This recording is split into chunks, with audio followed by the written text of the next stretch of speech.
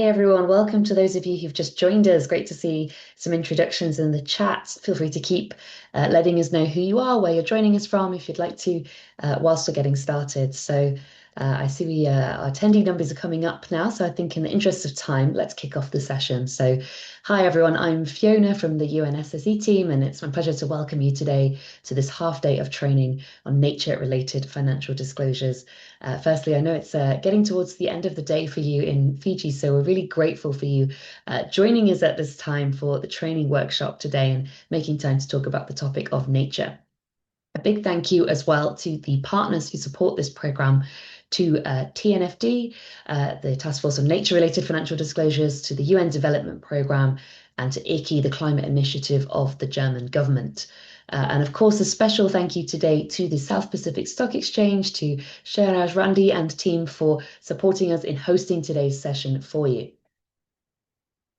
And with that, I'm very pleased to introduce our opening speaker today. I'm very pleased that we're joined today by Sheraj Oboyesekere, who is the Chief Executive Officer at SPX. So big thank you for being here with us today, Sheraj, and I'll hand over to you for your opening remarks.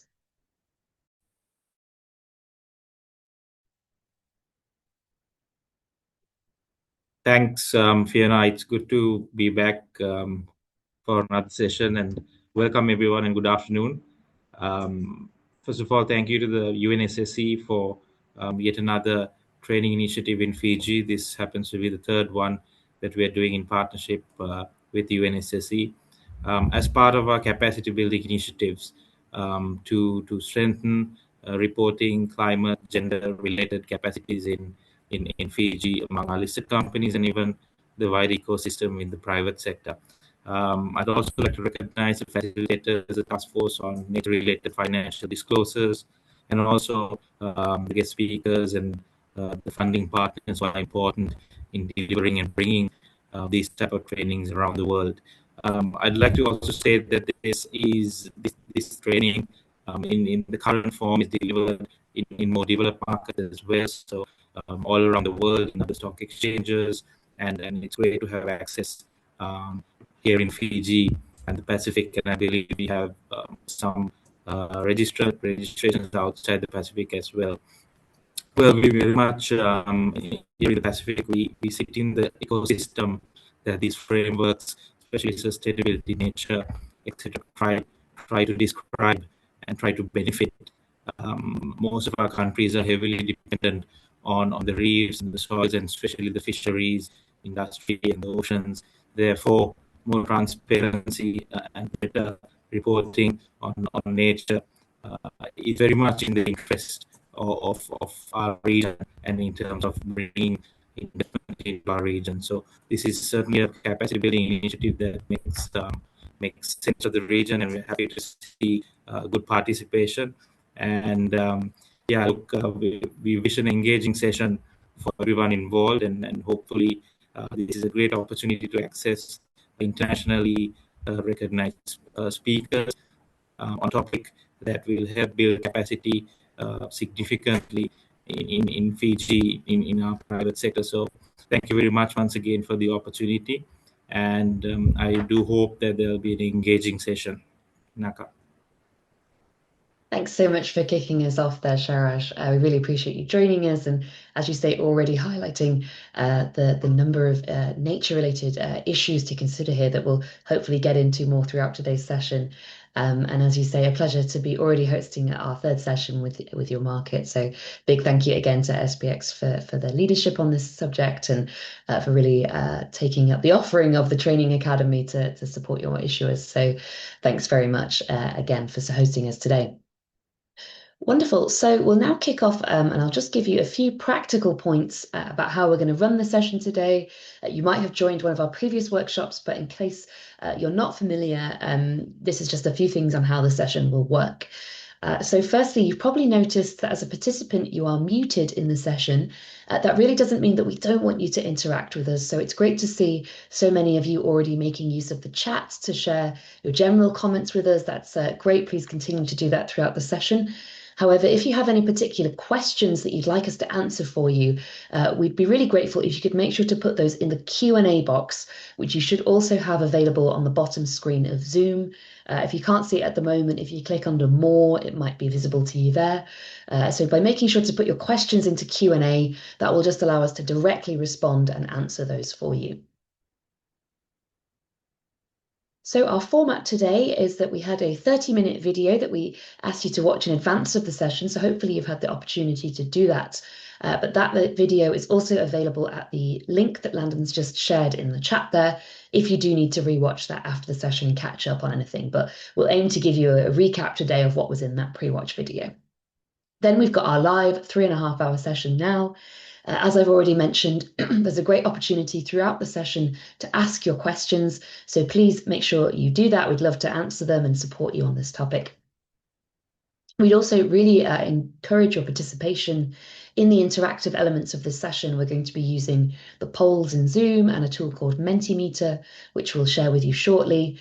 So do make sure to participate in those exercises as part of the training.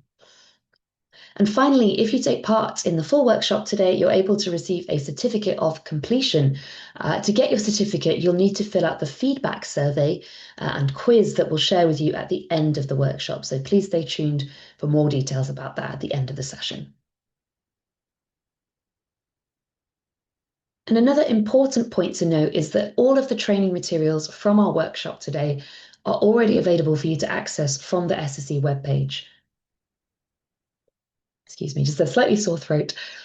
So if you go to that page that you'll see now shared by Landon in the chat, the bottom of the page, you'll be able to download the slide handout from today's training session, the slide handout from the pre-watch video that I mentioned. We'll add the recordings of both sessions there, and you'll also find the SSE model guidance on nature on that page as well, which is another helpful resource to refer to throughout the training. So in terms of what we're aiming to help you get out of the training, there's a few key areas that we're going to be covering today.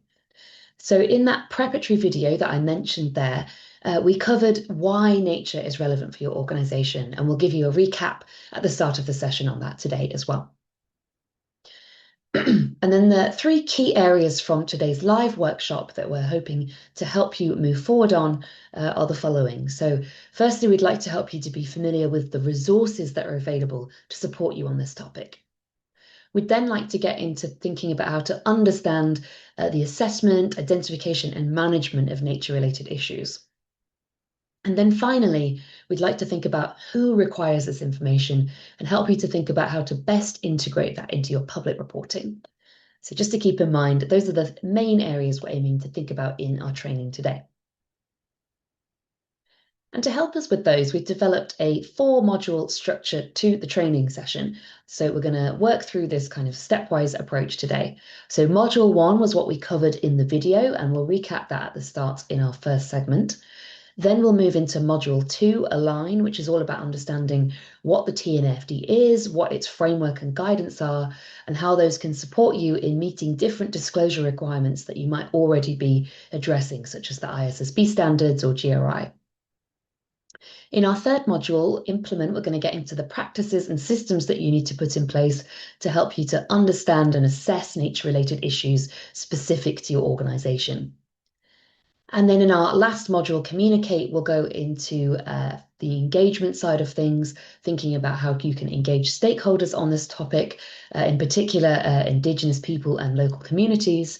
And then we'll also think about how to report to investors on this topic and look at some examples of disclosure there. Okay, so just to cover as well who's going to be presenting on our workshop today. No, sorry, that's one slide ahead of where I'm at. This is just to show you the agenda of the training today, my apologies.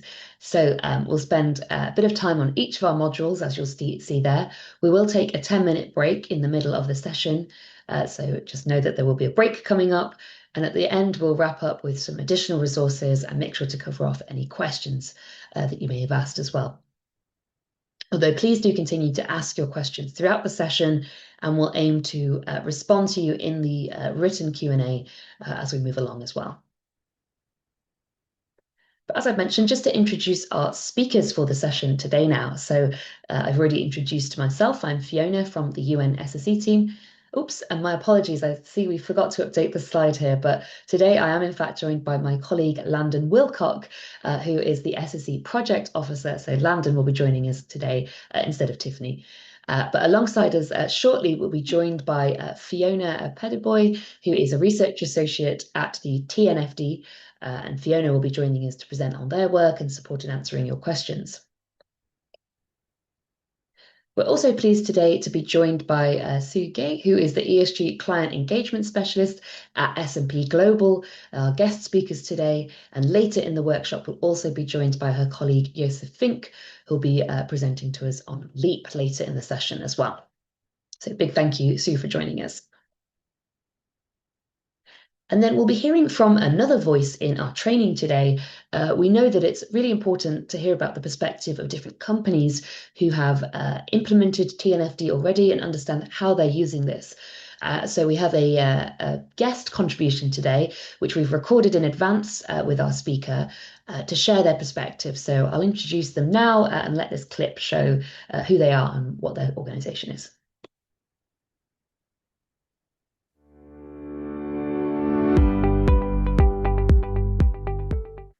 Hi everyone, this is Patrick Ho from Swire Properties. I'm the head of sustainable development of the company. Swire Properties is a real estate developer and property manager, and we are headquartered and listed in Hong Kong. I'm also a TNFD member who was involved in the formulation of the TNFD framework.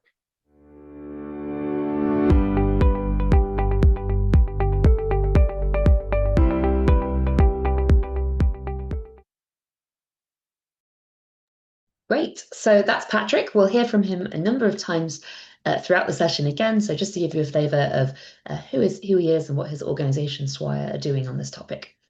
But to get us started now, we'd like to hear from you and get a sense of how well you maybe understand the link between business and nature currently, what your existing maybe understanding experiences on this topic, just to help us understand and gauge that at the start of the session. So I've just launched the poll question that should pop up for you on your screen now. You can use that rating scale to let us know between 0 and 10 how well you think you currently understand this topic. You might already have some familiarity here, and that's great if you do. But if you're brand new and just getting started, that's no problem as well.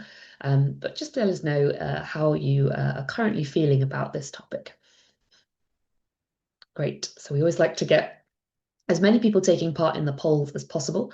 So please do vote. There's no wrong answers here, of course. It's always good just to have your inputs to the session. So let's close the poll there and I'll show you the results. So it looks like for most people, we're sort of somewhere in the middle of the scale, maybe 5 or 6 or 7. So perhaps we feel that we've got a bit of understanding on this topic already, but maybe a little bit more that we'd like to know. So obviously it makes sense to have you joining us in the session today. Thanks for letting us know that. Okay, perfect. So one thing I think we know is really important to ensure at outset is that we're clear on some of the key terms that we're going to be using in our training today. So we'll have covered this in the video that hopefully you had a chance to watch already. So hopefully this is just a reminder. But if not, we think it's important to get clear on what exactly nature is and what we mean by this. So let's go into having a little bit of a look at that today. So we're going to use Mentimeter for the first time now to have a go at thinking about these definitions. So Landon has just shared the link in the chat with you to join us in Menti. Thanks for that, Landon. And I'll share my screen as well to show you Menti now. And that will just give you a few more options to enable you to join us as well.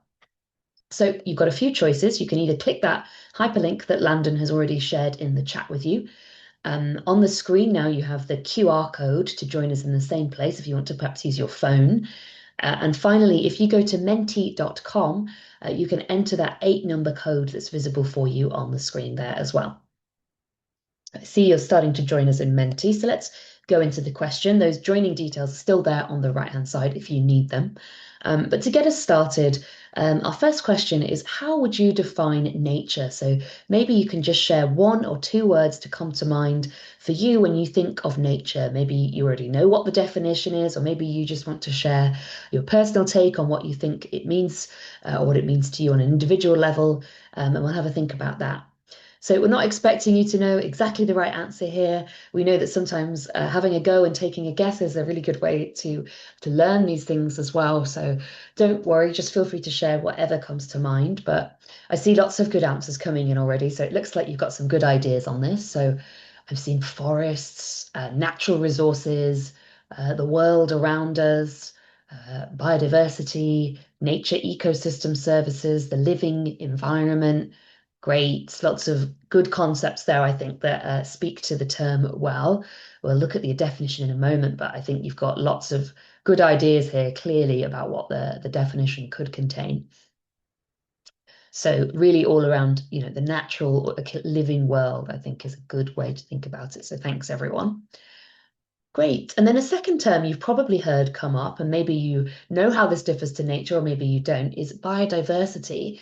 So let's have a go now at thinking about how we would define biodiversity. Do you know how that differs from nature? Maybe you can take a guess and let us know. If you already know the answer, of course, feel free to share that as well. So I see words coming up like differentiation, variability, variety or varieties, maybe unity as well. Different living organisms, inclusions, ecosystems as well, coming up more than once there, I think. Diversity of species, variability among species. Great. Yeah, I think you're getting this very correctly here. Indeed, variety, I think, is one of the key words to highlight about biodiversity here. So great. It looks like you've already got a good understanding, and maybe you watched the video already, so that's great to see. We're going to use Menti a number of times, so this was just our first quick question, but please maybe keep that Menti tab open, as we'll come back to look at this a little bit later in the session again. But thanks, everyone. It looks like you've got some good ideas there already. Let me take us back into the slides now, and we'll have a look at the TNFD definitions for these terms, which I think are very close to a lot of the terms that you shared with us there.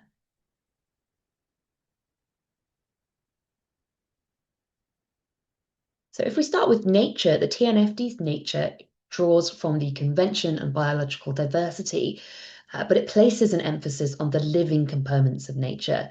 But as many of you correctly said, it's all around the natural world, emphasizing that diversity of living organisms, which does include people, and thinking about their interactions about themselves and the environment. So the focus here is on the living elements of nature, but non-living resources, so for example, energy or minerals, will be considered when they impact on the health of living nature as well. So really we're thinking about nature as the broad compass here, concept here, encompassing all of nature and what nature is on Earth. So nature is the broad concept, but as many of you knew, biodiversity is a more specific characteristic of nature, and it specifically relates to that variability among living organisms and the different ecosystems. So that's environments like terrestrial, marine, or aquatic environments or ecosystems that they inhabit. So we could think here about both the diversity between different species, the different types of organisms that we have, and also the variability within a species as well. So do we have species with different characteristics among their populations? And so another way to think about this could be to think of nature as the healthy forest environment. So nature being that space that gives us the natural resources. Within that, then, biodiversity would be thinking about the variety of life within that forest. So perhaps the different species of trees, the different animals, the fungi, and the different microorganisms in the soil. Those all are elements of the biodiversity that contributes to the healthy resilience and functioning of the forest. So that variability is what gives the forest the ability to resist disease, to cycle nutrients, and to adapt to change. So if you lose too much variety in the form of biodiversity, the whole system or nature could become more vulnerable. So although we sometimes talk about nature and biodiversity interchangeably, you can see here that they're slightly different concepts.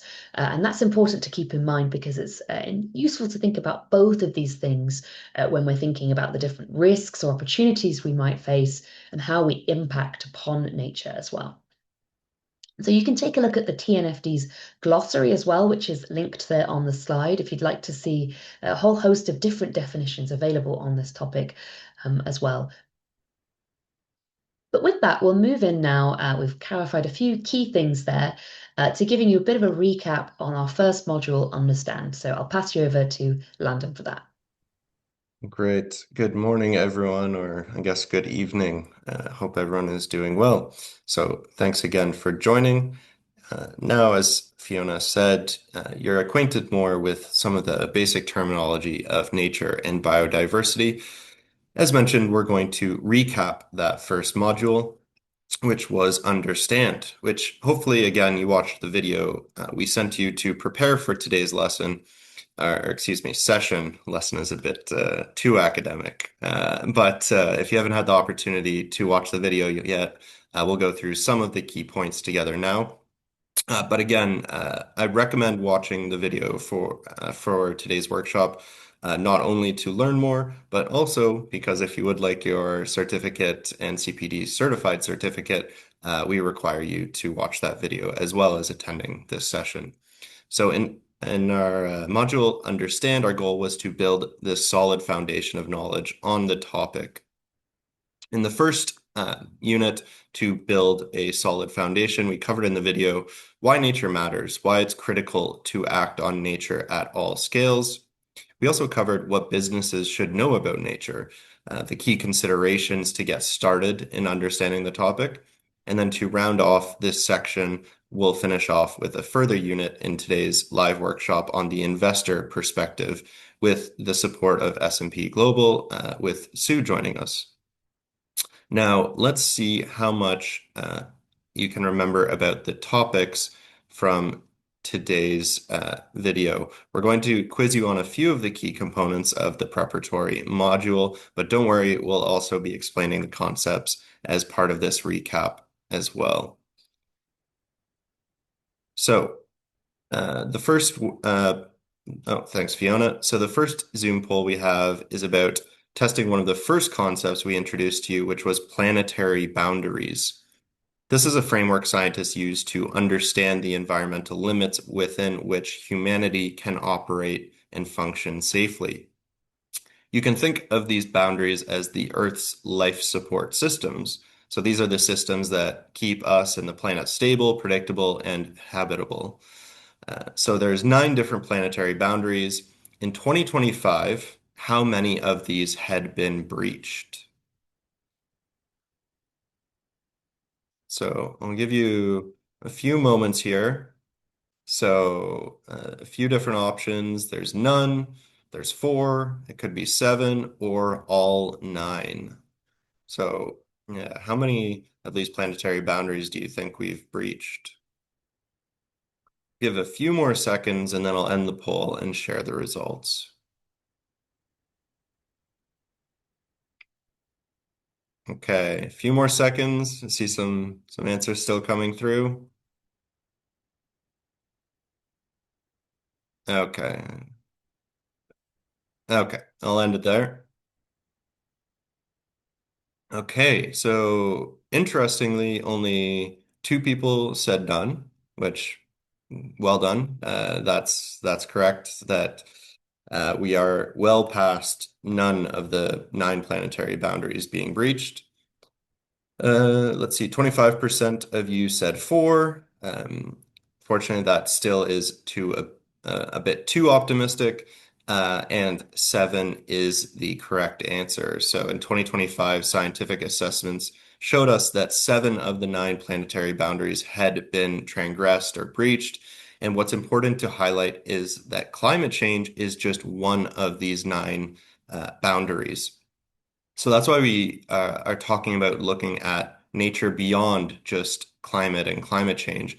We need a more integrated perspective, one that shows how all of these different elements like biodiversity that Fiona was speaking on, land use, freshwater, nutrient cycles, and other systems are interconnected, and we need to act with real urgency here because these systems are already under significant stress.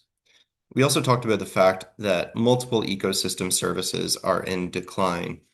Ecosystem services aren't just, the benefits we might get from nature, things like clean water, fertile soil, food, pollination, protection from storms, protection from flooding, and even the regulation of our climate.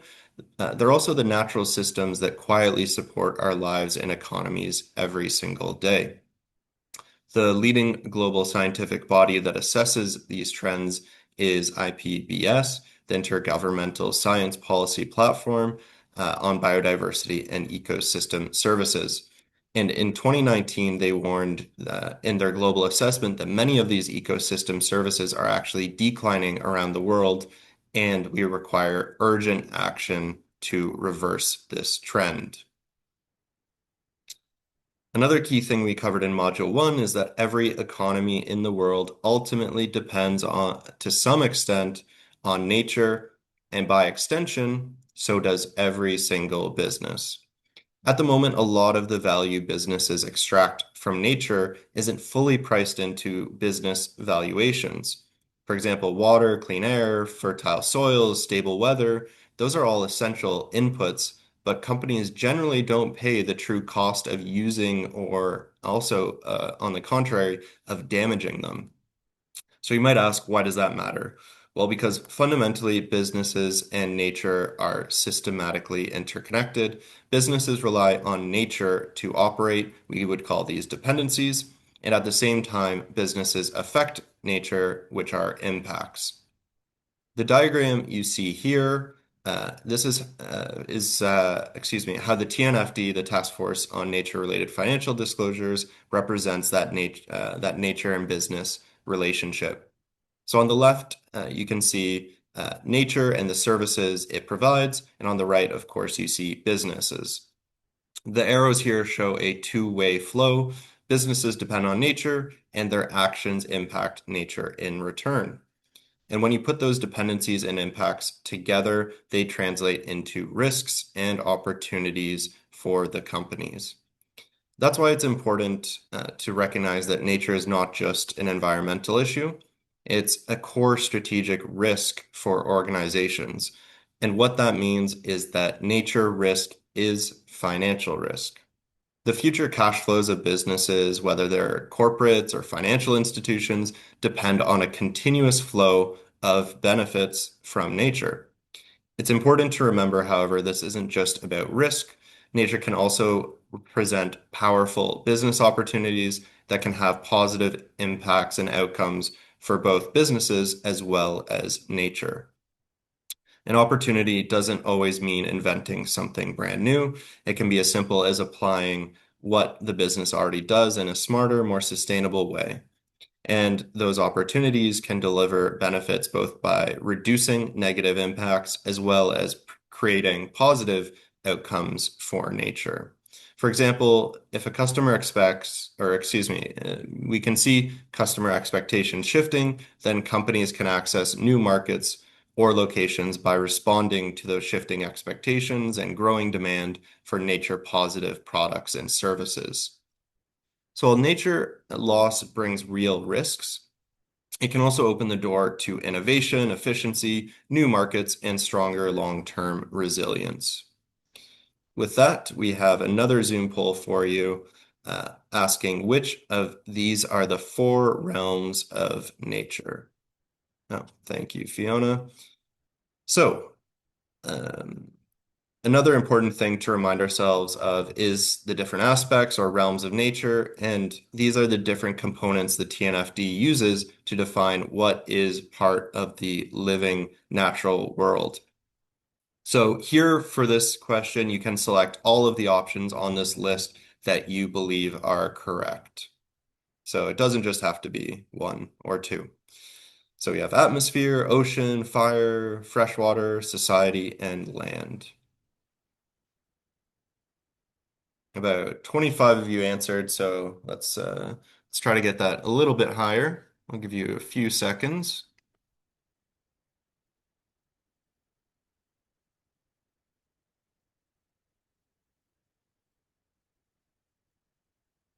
Okay, about 5 more seconds, then we'll end it there. Okay, I'm gonna end the poll now. Just coming up to 50 of you answering. Okay, so we can see here it was not an even split, but I can see that a lot of you answered multiple and answered a lot of you on land, atmosphere, ocean, and freshwater. So you can see here in the diagram, the TNFD's framework is based on 4 realms: land, freshwater, ocean, and atmosphere. So well done, actually, because the vast majority of you and a lot of answers that came through were focused on those 4 and not the other couple of maybe, trick answers we threw in. So society here, as you see in the diagram, it lies at the center of the 4 realms, and this reflects that people are part of nature and not separate from it. So well done again on that question. And the next question we have is another Zoom poll. So you should remember that the second part of Module 1 focused on outlining some of the key things that businesses should understand about nature when getting started on this topic. So which of these statements is correct? This is single choice, not multiple choice. And the statements here all relate to specific aspects of nature that are important to understand, but only one of them is correct. So take a guess at which it is.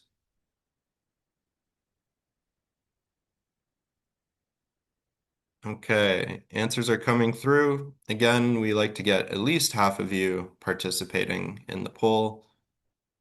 So we'll give it a little bit more time.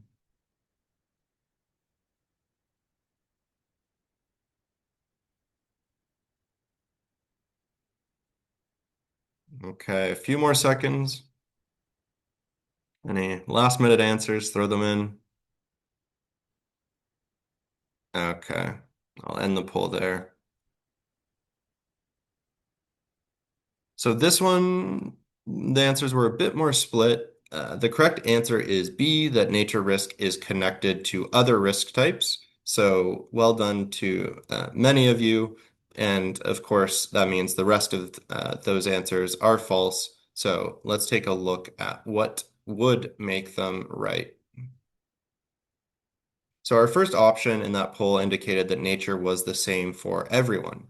Well, climate change is a global process with one shared atmosphere. In contrast, nature and the drivers of nature and nature change are location specific.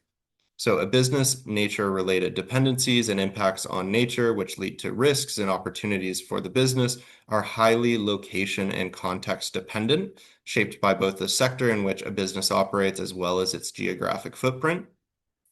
Organizations here need to consider sensitivity alongside the locations which present material, natural related dependencies, as well as impacts, risks, or opportunities to their organization to filter and prioritize. That brings us to the second option, which was the correct option.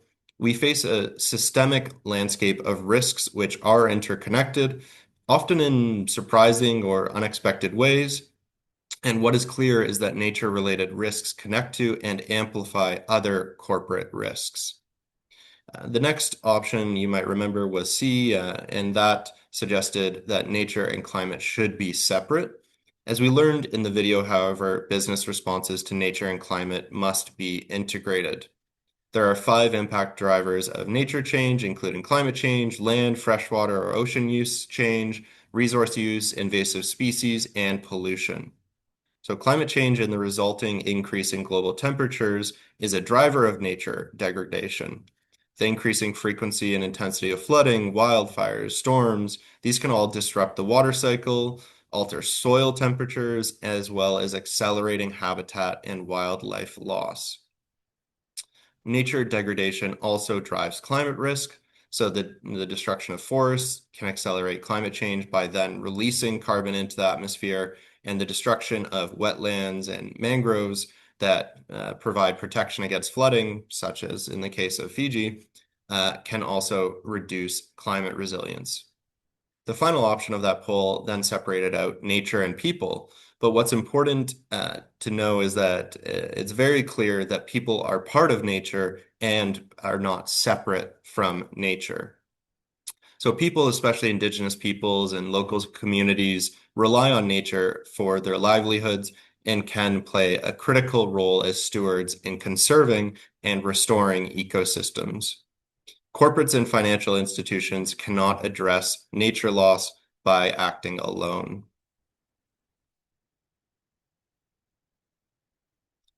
Now, as we continue with Module 1, we're almost wrapping up this part, but we've talked about the business case and market case for nature-related disclosures and some of the key concepts to understand when we're getting started.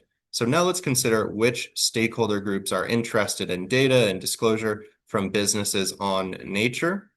As we've been discussing, nature is increasingly shaping business strategy, risk, and opportunity. And as that happens, stakeholder expectations are also rising accordingly and rising rapidly. One particular stakeholder group this applies to and will be relevant for many of you joining us today from listed companies is, of course, investors. Investors want to understand how nature risks could affect returns, creditworthiness, and long-term value. And to help us get started on this topic, I'm pleased to introduce an SSE partner with S&P, and Sue, who is an expert on this topic, will help guide us through the investor and financial angle on nature and why it matters. So thank you again for joining us, Sue, and the floor is yours.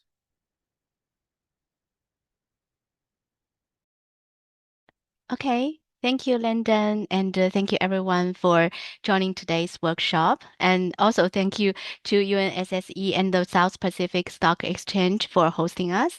My name is Su Ge, and I'm an ESG specialist at S&P Global Sustainable One. So over the next few slides, we will take a look at both impacts on nature and the dependencies on ecosystem services, and why these considerations are increasingly relevant for companies, investors, and capital markets. To start, as you can see from this slide, it is very important to understand the scale of corporate impact on nature.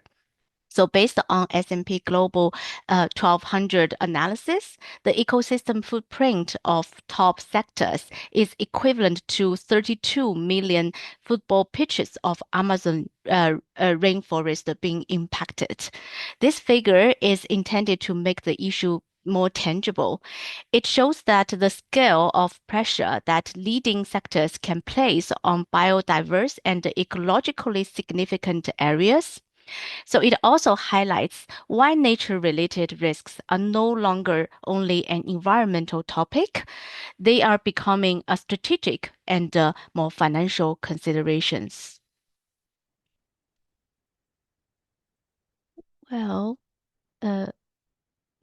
move to the next slide. Landon and Fiona. Oh, sorry, I moved too quick. Let me move one slide back. Yeah, we can see the dependencies and impacts may also impact stock Okay. returns now. Yeah.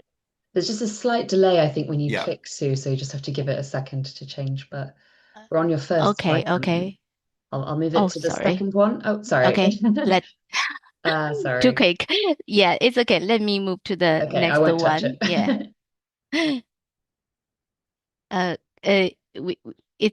I think it's the third one. We need to go back once to the previous one. Okay, let me click that for you now. Okay, thank you It so was much. working when you're changing it, but there's a slight delay. But if you want us to change it, just let me know. Okay, thank you.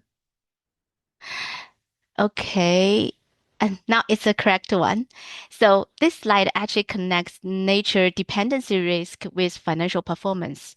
So in a back-tested analysis of the S&P World Index, companies with the lowest nature dependency risk actually outperformed the index, while companies with the highest nature dependency risk underperformed the index. So the key message here is that managing nature-related dependencies can be financially relevant. So companies that better understand their reliance on ecosystem services may better position to manage disruption, protect their investment value, and respond to investor expectations. Okay. And nature is also closely linked to the energy transition. Minerals such as lithium, cobalt, nickel, copper, and graphite are essential for low carbon technologies. As demand for these minerals grows, mining activity is expanding into areas that may also be ecologically important. So this creates a dual challenge. The transition actually requires critical minerals, but companies and investors also need to understand where extraction may intersect with those sensitive ecosystems. So in this context, ecosystem footprint can be thought of as a nature-based equivalent of a carbon footprint.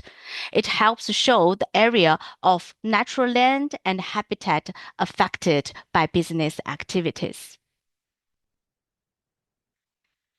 Location, as Landon just mentioned, location is central to nature risk. So key biodiversity areas, or KBAs, are specific geographic areas that are critical for the conservation of biodiversity. They are identified because of their importance for species, ecosystems, and also ecological processes. So here let's have a quick poll here. And you're invited to have a guess on what percentage of companies have operations overlapping with KBAs. So now the poll started, and you can have a guess on that. You don't need to be worried about the correct answers, and we will review our analytical results on it, but you are invited to have a guess on this question. Okay, let me check. I see some very close guesses.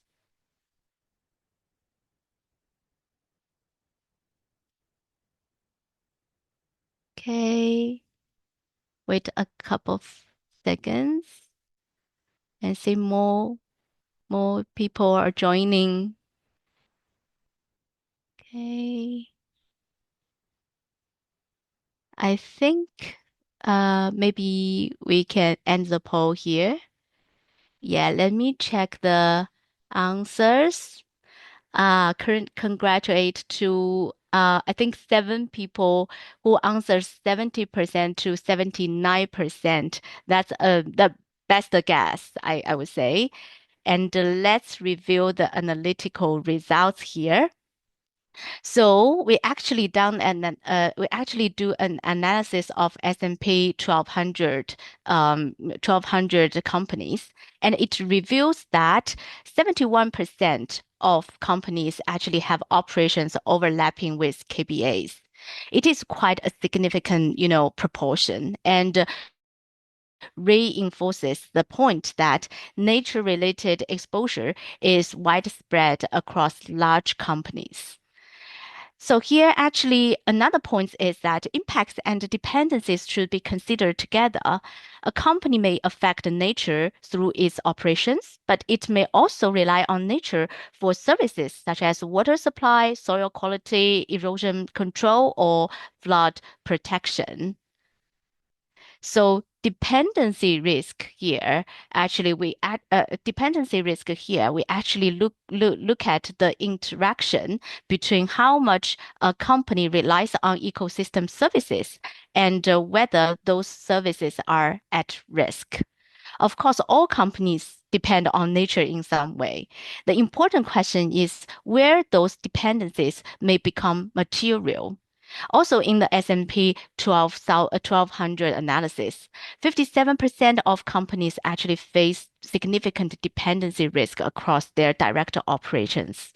Here, dependency risk is defined as a combination of high dependency and ecosystem services at risk. This matters for capital markets because companies may face operational disruption, cost increases, or reduced resilience when critical ecosystem services are degraded. So according to S&P Global Corporate Sustainability Assessment, most companies worldwide do not yet have a public biodiversity policy or commitment. Overall, only about a quarter of companies assessed have formally incorporated biodiversity into their sustainability strategy. So this gap varies actually by geography and sector. Some regions and industries are more advanced, while others remain less prepared. This matters because investors and the stakeholders are increasingly looking for evidence that companies understand and manage nature-related risks very well. So stronger biodiversity policies can support better ESG performance, stronger risk management, and clearer communication with the market. That's why when making investment and financing decisions, investors, lenders, rating agencies, and other stakeholders examine factors such as biodiversity risk assessment, commitments to no deforestation, mitigation actions, sustainable sourcing practices, and the integration of nature-related considerations into corporate strategy and governance. Strong biodiversity performance can enhance ESG ratings and also investor confidence, while inadequate management of biodiversity risks may signal potential regulatory, operational, reputational, and financial challenge. So to conclude, nature and biodiversity are increasingly linked to business resilience, financial performance, and investor decision making. The main message is that companies need to understand both their impacts on nature and their dependencies on ecosystem services.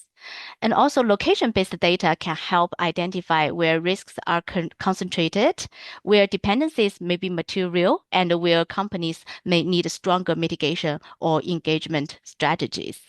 Yeah, that's all for my presentation today. Thank you, and look forward to further discussion. I will pass it back to Fiona. Great. Thanks so much for that, Suze.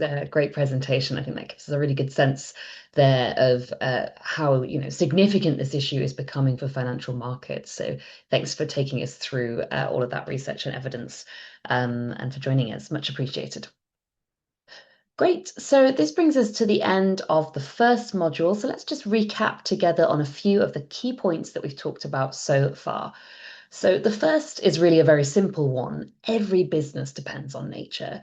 So I hope you can see here that this isn't just about obvious sectors like farming or resource extraction. We've really shown that all sectors and regions of our economy and society are reliant on nature in some way.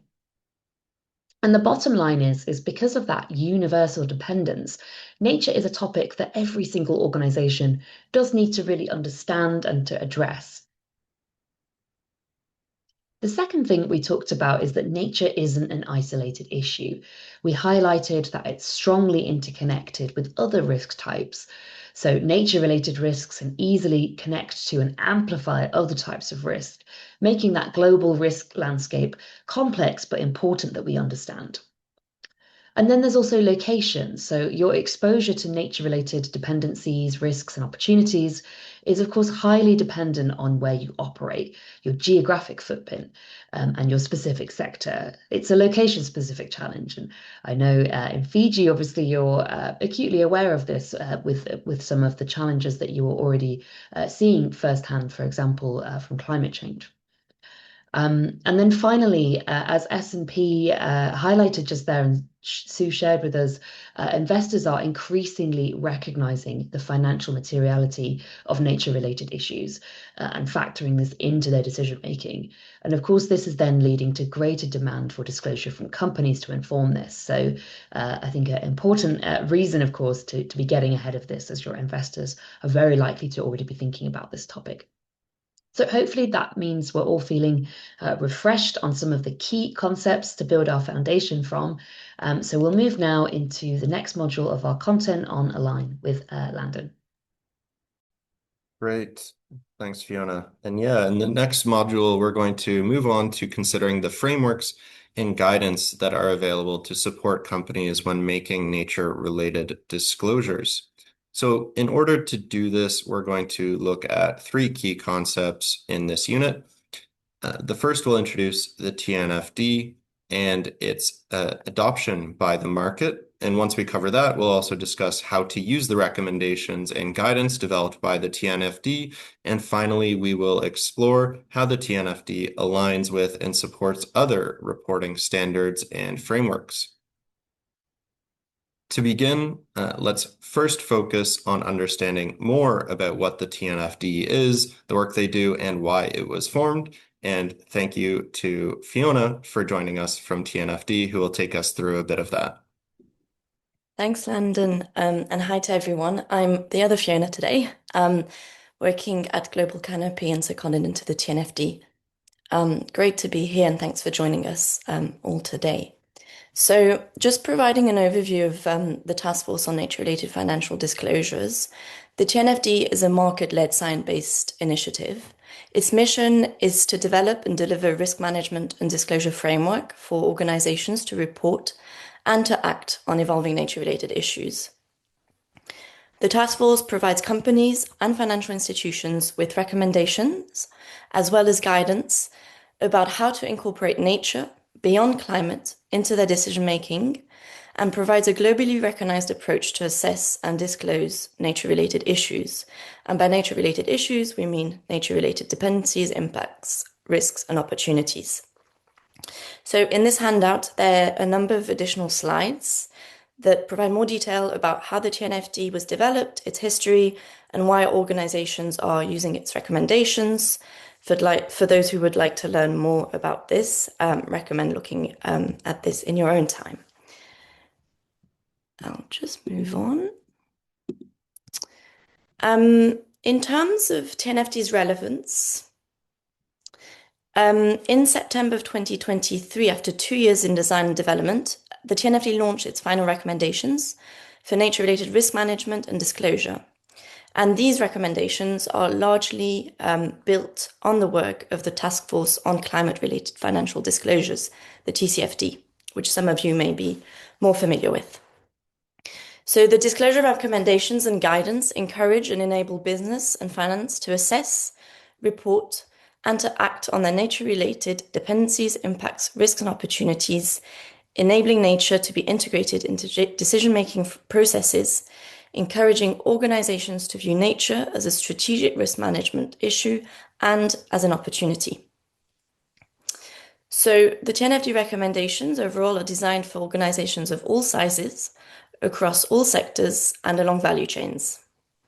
The recommendations and guidance are relevant to a wide range of market participants and market enablers, as we show on this slide. It's really been designed to help organizations address nature-related issues within their specific context, obviously highlighting the relevance of location in the context of assessing nature-related issues, as well as being relevant to multiple audiences. So in the next segment, a little later on, we'll be digging more into detail about the 14 recommendations and what those cover. A little bit more about some insights in terms of adoption. So in September 2025, TNFD released its first status report, showing significant market uptake of the TNFD's recommendation and guidance. So we have a few numbers to talk through. We have 78% of the companies that have already reported have integrated the presentation of their climate and nature reporting. 63% of companies and financial institutions surveyed for the report believe their nature-related issues are as significant, if not more significant, than climate-related issues to the future prospects of their business. So now, while we recognize that the assessment of nature-related issues remains new and is perceived to be complicated, the report highlights what's possible with the use of existing metrics and by building on existing internal capabilities. As of November 2025, there are 733 TNFD adopters worldwide, which marks a 46% increase in market commitment to TNFD-aligned reporting since the CBD COP16 in Cali, which took place in Colombia in November of 2024. And drawn from 56 countries or areas, including 26 emerging markets, and across 64 of the 77 SASB 6 sectors, the publicly listed companies now represent over $9.4 trillion in market capitalization, which is an increase of 44% since November of 2024. And finally, 179 financial institutions are now underway with TNFD-aligned reporting, which represents $22.4 trillion in assets under management, marking a 27% increase from COP16, including 25% of the world's systematically important banks.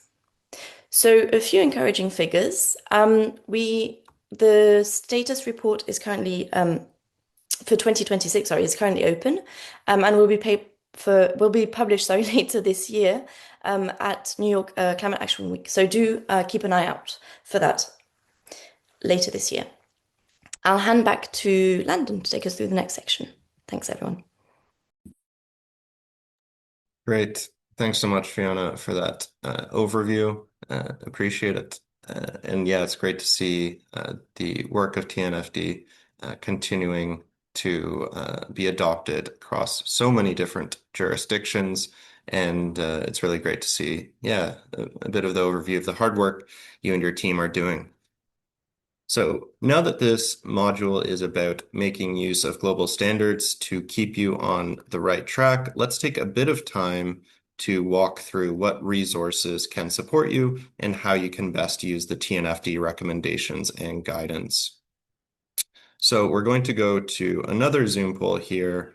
And before we dive in, we just wanted to get a sense of how many of those joining us today are already familiar with or making use of the TNFD's materials.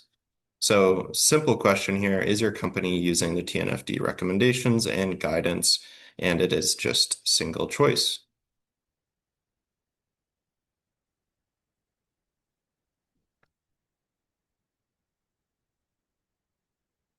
Okay, I'll give 5 more seconds.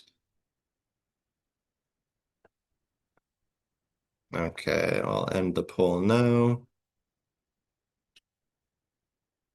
Okay, so we can see that for the yes options, there's about 23% who are reporting on nature or you're reporting on nature or you're using the TNFD recommendations and guidance, but you haven't yet reported. Then 60% are no, and then 17% are not sure. Of course, for those who are not sure, I definitely recommend reaching out to someone within your firm to find out. And then for those that are no, well, hopefully after today, you'll feel more confident and able to utilize the TNFD recommendations and guidance and start reporting. So here we have the basis for the recommended disclosures.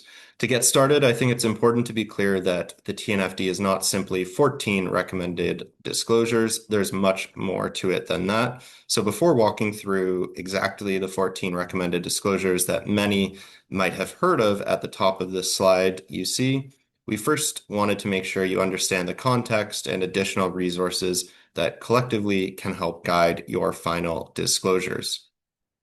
Of course, there's a lot of concepts on the slide, and we don't want to go through every exact detail in every box you see here, but I do want you to understand how these concepts support each other. So I'll start at the bottom of the slide here. You see the conceptual foundation concepts. These could be seen as a set of principles that help you understand how the recommendations were designed. Pardon me. These principles include the basis and approach to materiality used by the TNFD, the comprehensiveness of identification and assessment of nature-related issues expected, and the expectation for increasing the breadth and depth of disclosure ambition over time. Put a bit more simply, these 4 concepts on the bottom of the slide help clarify what expectations and basic definitions underpin the guidance given on what companies should be disclosing on this topic. So those 4 conceptual foundations create a base for the 6 general requirements. These are all general aspects about the company's approach to nature-related disclosures, and they provide the key contextual information needed for investors and report users to best understand the full disclosures. Therefore, these 6 general disclosure requirements then go together with the 14 recommended involuntary disclosures. Those are grouped in 4 categories: governance, strategy, risk and impact management, and metrics and targets. Hopefully that makes a bit more clear how you can use the foundations to understand the recommendations and the reasoning for providing this information publicly, and also how you can use the 6 general disclosure recommendations to provide the context needed for the 14 recommended disclosures. With that, we'll move on to exploring further the TNFD's general requirements. As I just mentioned, the purpose of the general requirements is to provide the context for the more detailed 14 recommended disclosures. These 6 requirements help ensure consistency and comparability across reports.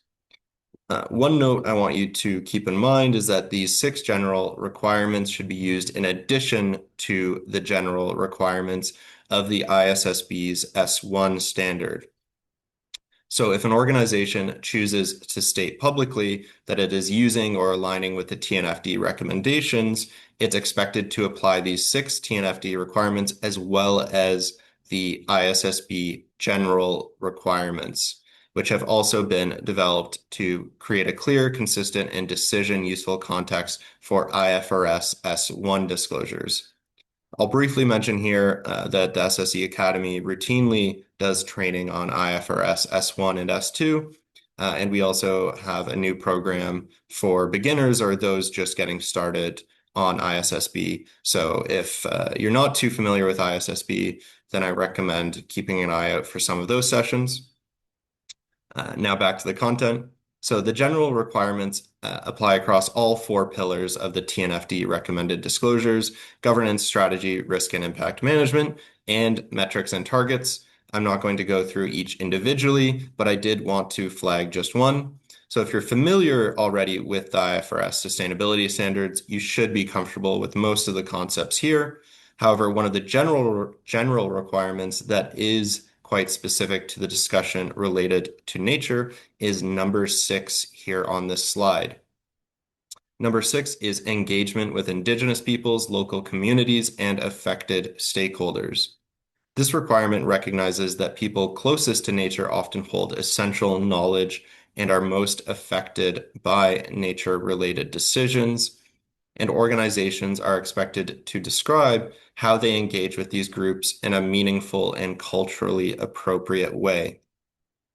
We wanted to flag this because you'll see momentarily that there's also specific disclosure recommendations within the 14 recommended disclosures that relate to specific aspects of engagement activities with these groups. But since this is a general recommendation, it's applied to all 4 of the pillars of the recommended disclosures. And that means that engagement with these groups should be addressed in all 4 pillars of the recommended disclosures. So make sure to make good use of these general recommendations because together they create the backbone of TNFD aligned reporting, ensuring disclosures are transparent, comparable, and grounded in this robust process. Now that we've covered the TNFD's general requirements, which apply to all of the 4 pillars of the 14 recommended disclosures, let's look at those 14 recommended disclosures. As mentioned, the disclosures are organized across 4 pillars, which mirror the structure many of you will recognize if you previously used TCFD or if you're more familiar with ISSB standards. So governance, the first pillar, this pillar focuses on how the organization is governed with respect to nature. It includes disclosures about board oversight, management, and engagement activities.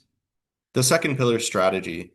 Here, the organization explores how nature affects its business model and strategy.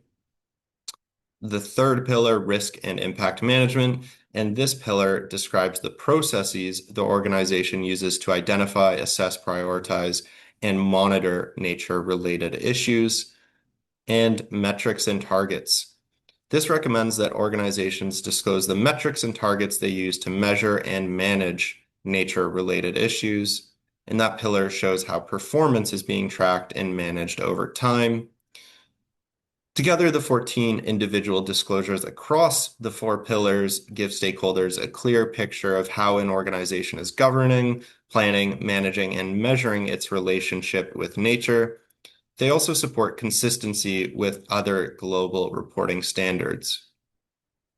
Now, please remember that each of these should be employed with the general requirements we talked about just a minute ago.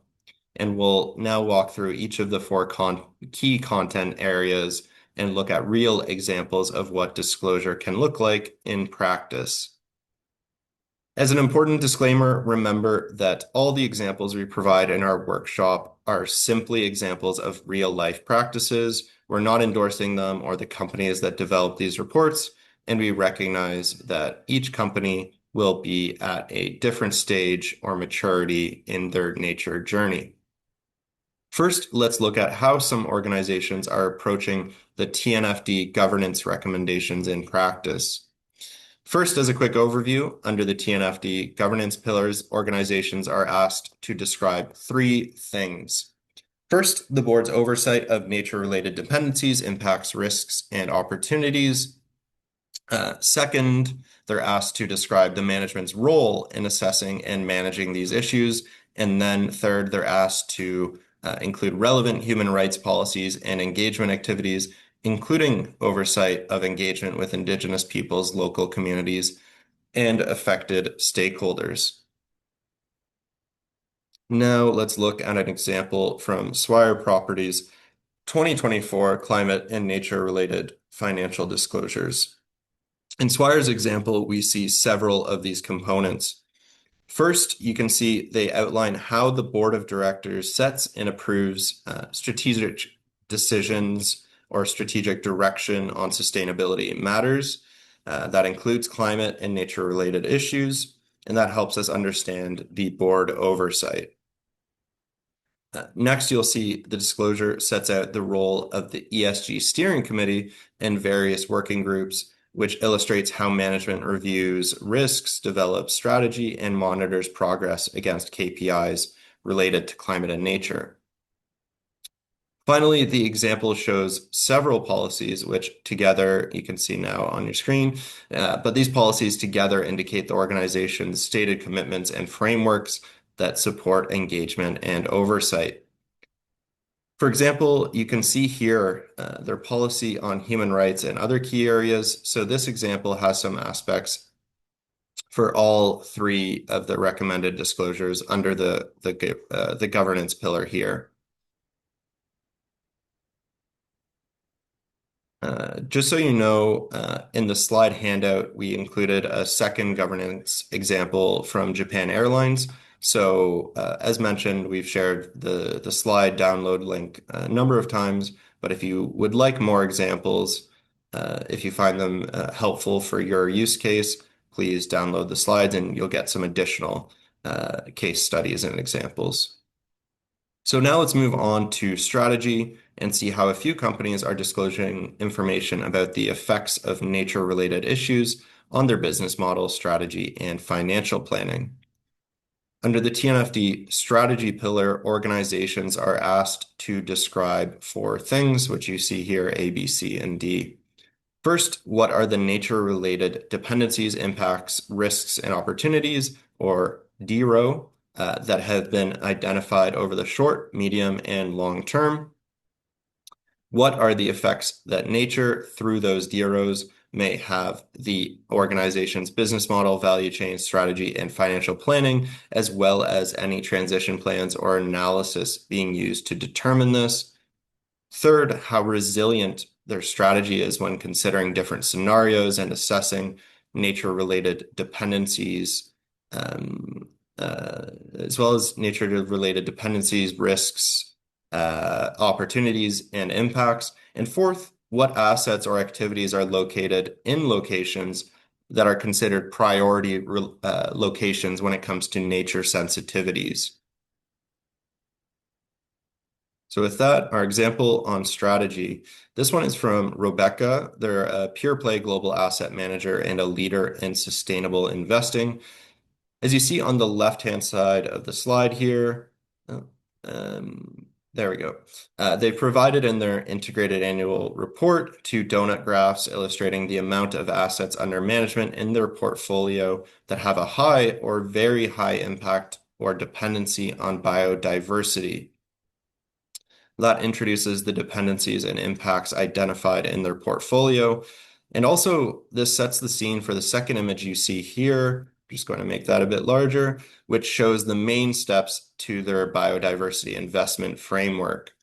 Robeco also evaluates how well companies are addressing biodiversity loss, and they differentiate between leaders and what they call laggards. Furthermore, they have indicated in the report that starting in 2024, they're using this framework to guide their investment decision-making, which helps report users understand how the impacts and dependencies can influence Robeco's strategy. We've also included another strategy example in the slide handouts from Oji Group. Our next example is disclosure on risk and impact management, or the third pillar. Under the TNFD risk and management pillar, organizations are asked to describe 3 things. First, the processes used to identify, assess, and prioritize DROs, both in the company's direct operations as well as its upstream and downstream value chain. The process for managing the DROs and how these processes are integrated into and inform the overall risk management processes. So as you may have noticed, this section is all about processes, how our risk management unfolds. Because of this, we often see a narrative description here to describe the processes. So you can see that narrative here. This is from AMEA Power's 2024 TNFD report. AMEA Power is a solar technology and project developer in the UAE, United Arab Emirates. The table here is quite useful to see a quick summary of the risks, implications, and management of the risks, as well as identification of opportunities. As you may remember from our examples on strategy, it's in the strategy pillar where we have disclosure recommendations related to the identification of and effects of nature-related risks. But here we also have the management and mitigation of those risks. And that provides real examples to add some color to the processes the company is describing. For example, we can see here in the table that the company conducts a biodiversity action plan, which is aiming to protect and restore habitats to mitigate the risk of impact on threatened species. Now, fourth and finally, let's look at the last pillar. This is the TNFD metrics and target pillar. So with this pillar, organizations are asked to describe 3 things.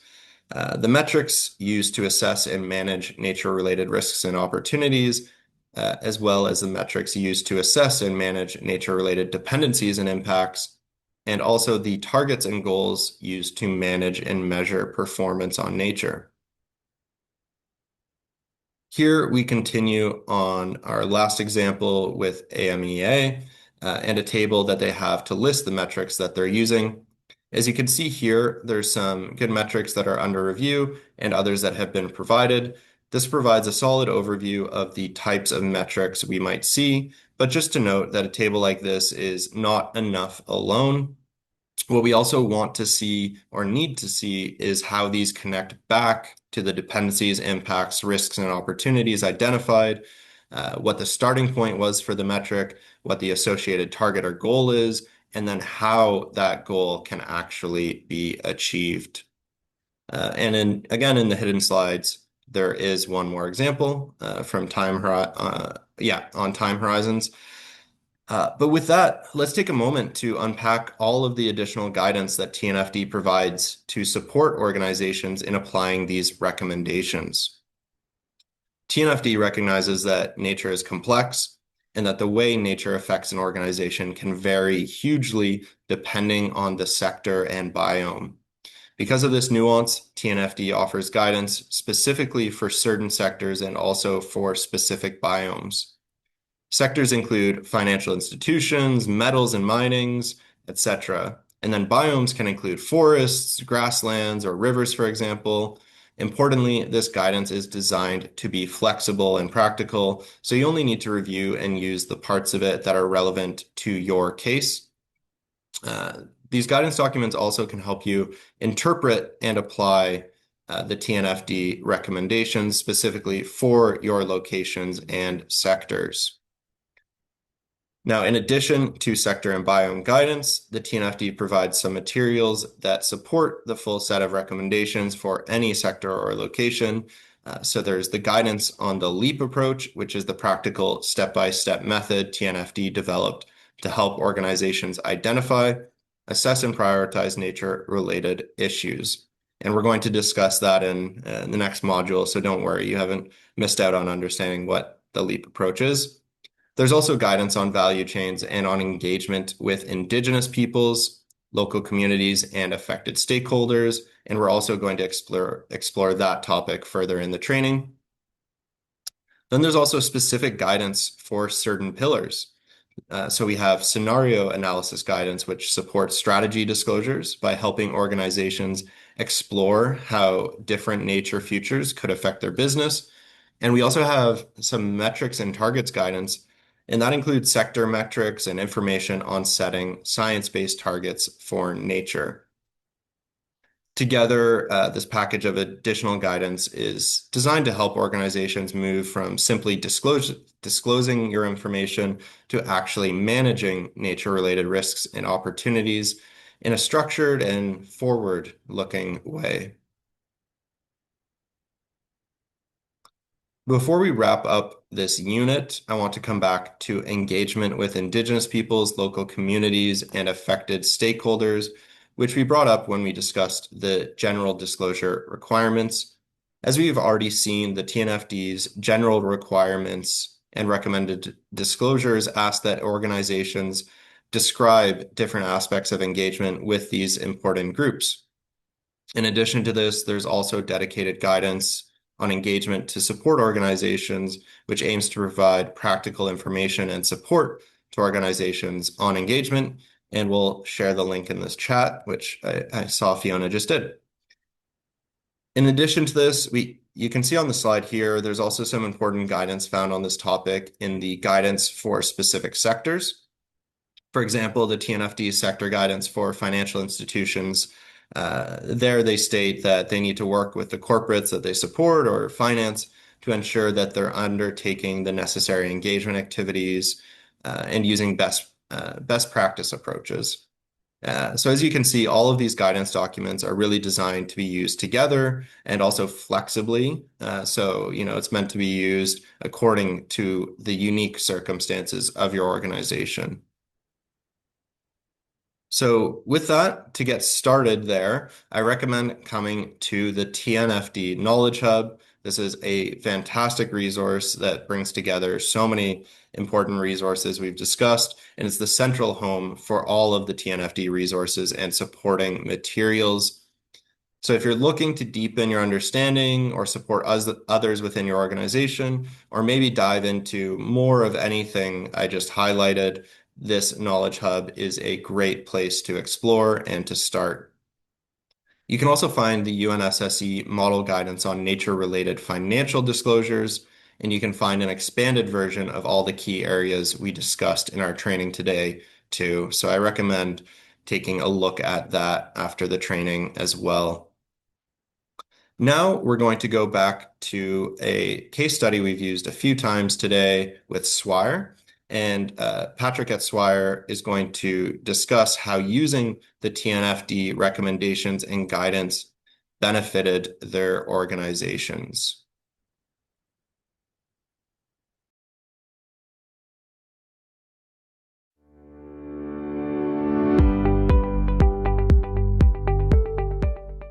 The most tangible strategic value has been the improved capacity to future-proof our asset portfolio and help us to de-risk our long-term investment by translating nature from a more peripheral concern into a core strategic input. And this value is realized in two key areas. Firstly, on risk management. TNFD gave us the evidence-based language to formally include nature in our corporate risk register. We can now clearly articulate that deteriorating natural capital actually threatens the stability and cost of our building material supply that directly impact the construction budgets and timelines. And secondly, and more importantly, it helps us unlock our view of commercial opportunities. Our TNFD work provides a robust business case for investing in nature-based solutions, as not as a cost center, but as a strategic advantage. For example, our green space at Taikoo Place in Hong Kong are now quantifiable assets that help us to enhance the climate resilience and community well-being. And a lot of research also shows that high quality open green space is a top factors influencing office rentals. And this is shift sort of internal perception from nature is now seen as a driver of market advantage, tenant attraction, and asset value. And ultimately, TNFD has given us a new lens for capital allocation, allowing us to invest more effectively in resilience and value creation.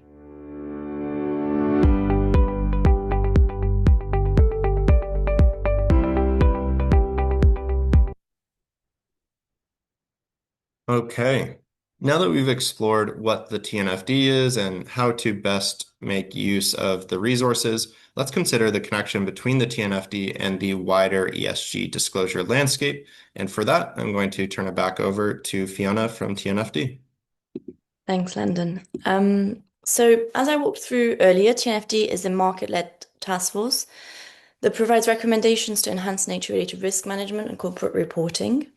So it's really important to highlight that the TNFD is not a standard setter, but the recommendations are intended to be drawn on by standard setters. So like the ISSB, GRI, and ESRS, as they themselves develop topical reporting standards focused on issues of nature and biodiversity. The TNFD is aligned with the Global Biodiversity Framework at the international level. And specifically, the GBF's Target 15 calls on governments to put in place requirements for corporate reporting on nature-related risks, dependencies, and impacts by 2030. Currently, over 190 governments committed to introduce corporate reporting requirements related to nature by 2030, in line with the GBF's Target 15. The TNFD recommendations and guidance are really designed to enable the goals and targets of the GBF and specifically this Target 15. So I'll say a little bit more about interoperability and the TNFD guidance. The development of the TNFD recommendations and additional guidance has contributed to the ongoing development of nature-related disclosure standards. TNFD's multi-year collaborations with sustainability standards bodies have resulted in a high level of consistency in the nature-related information recommended to be disclosed by corporates and financial institutions. So we've really looked to work closely with standards bodies to harmonize concepts, definitions, and approaches, ensuring that organizations can report on their nature-related issues in a consistent and comparable manner. This really is to help streamline reporting processes across a range of topics and avoid complexity. We'll turn briefly to key developments and considerations on TNFD's alignment with some of these key standards. So starting with the ISSB, or also known as the International Sustainability Standards Boards of the IFRS Foundation, the ISSB drew strongly on the work of the TCFD in developing its S1 and S2 standards. And since there is close alignment between the TCFD and the TNFD, for example, the TNFD includes the same 4 pillars and carried over 11 of the recommended disclosures and added 3 new ones that are specifically relevant to nature. A more recent development is that in November 2025, the ISSB announced its intention to undertake standard setting on nature to introduce incremental disclosure requirements. In April 2026, the ISSB decided its proposed form of standard setting on nature would be a practice statement. So a form of standard setting with the full effect of an IFRS standard. This is intended to give nature-related disclosure requirements more visibility and prominence, while also minimizing disruption to the substantial implementation effort already underway on IFRS S1 and S2. So the ISSB is targeting having an exposure draft of incremental disclosure requirements ready by the CBD COP17 in October of 2026. So in response to this, TNFD announced that it will complete the technical work it currently has in progress by the third quarter of 2026, and then pause any future technical work from the third quarter of 2026. However, noting that capacity building work from the TNFD will very much continue. So ISSB's chair, Emmanuel Faber, he's encouraged market participants to continue using the TNFD framework. This will help report preparers prepare disclosures in accordance with IFRS S1 and prepare for meeting future incremental ISSB disclosure requirements. He's also highlighted that the ISSB IFRS S1 standard already covers general requirements for disclosure of information about an organization's sustainability-related risks and opportunities, which could also obviously include nature. Moving on to look at the ESRS, or the European Sustainability Standards. So the TNFD guidance and its disclosure recommendations are consistent with these standards. The scope of the assessment includes all ESRS environmental standards beyond climate, so E2 to E5. For organizations wishing to disclose under both the ESRS and the TNFD, this correspondence mapping that you can see on screen is really helpful as a starting point. ESRS requires companies to conduct materiality assessments on environmental topics beyond climate, including pollution, water, biodiversity, and ecosystems, as well as circular economy. And it states that the LEAP approach can be used for this activity. So the LEAP approach can inform both the TNFD disclosure recommendations as well as ESRS requirements. And currently the ESRS is going through the final stages of its review of the European Commission's Omnibus Simplification Initiative, and we'll likely hear more by the end of the year. Moving on to the GRI. So this is another example of the work that the TNFD has been engaged with in sort of focusing on alignment with existing standards. As a result of our collaboration, we published this report that looks at both key alignment but also differences in approaches. For example, the GRI only focuses on impacts, whilst the TNFD looks at dependencies, risks, and opportunity, as well as impacts.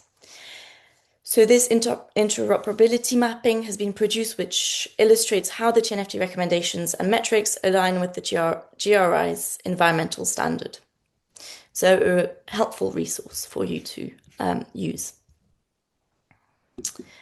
So just following this kind of overview of the landscape and how the TNFD relates, I'll just move on to providing a bit more detail on TNFD's approach to materiality, which is often a question that arises. So in terms of its approach, the TNFD has a flexible approach to materiality, allowing companies needing or wanting to apply either financial or double materiality lens to report in accordance with the TNFD recommendations. So its recommendations have been designed to be relevant across jurisdictions and the different approaches to materiality now in use. So the disclosures recommended by the TNFD do not stipulate whether organizations should take a financial or an impact materiality approach in their public disclosures. But instead, what we do is the recommendations are really designed to be flexible and can be applied through different materiality lenses. For example, if you're taking a financial materiality lens, you will need to meet the information needs of capital providers consistent with the ISSB's IFRS standards, with a focus on risk management and how dependencies and impacts on nature create risks and opportunities for organizations' financial position and prospects.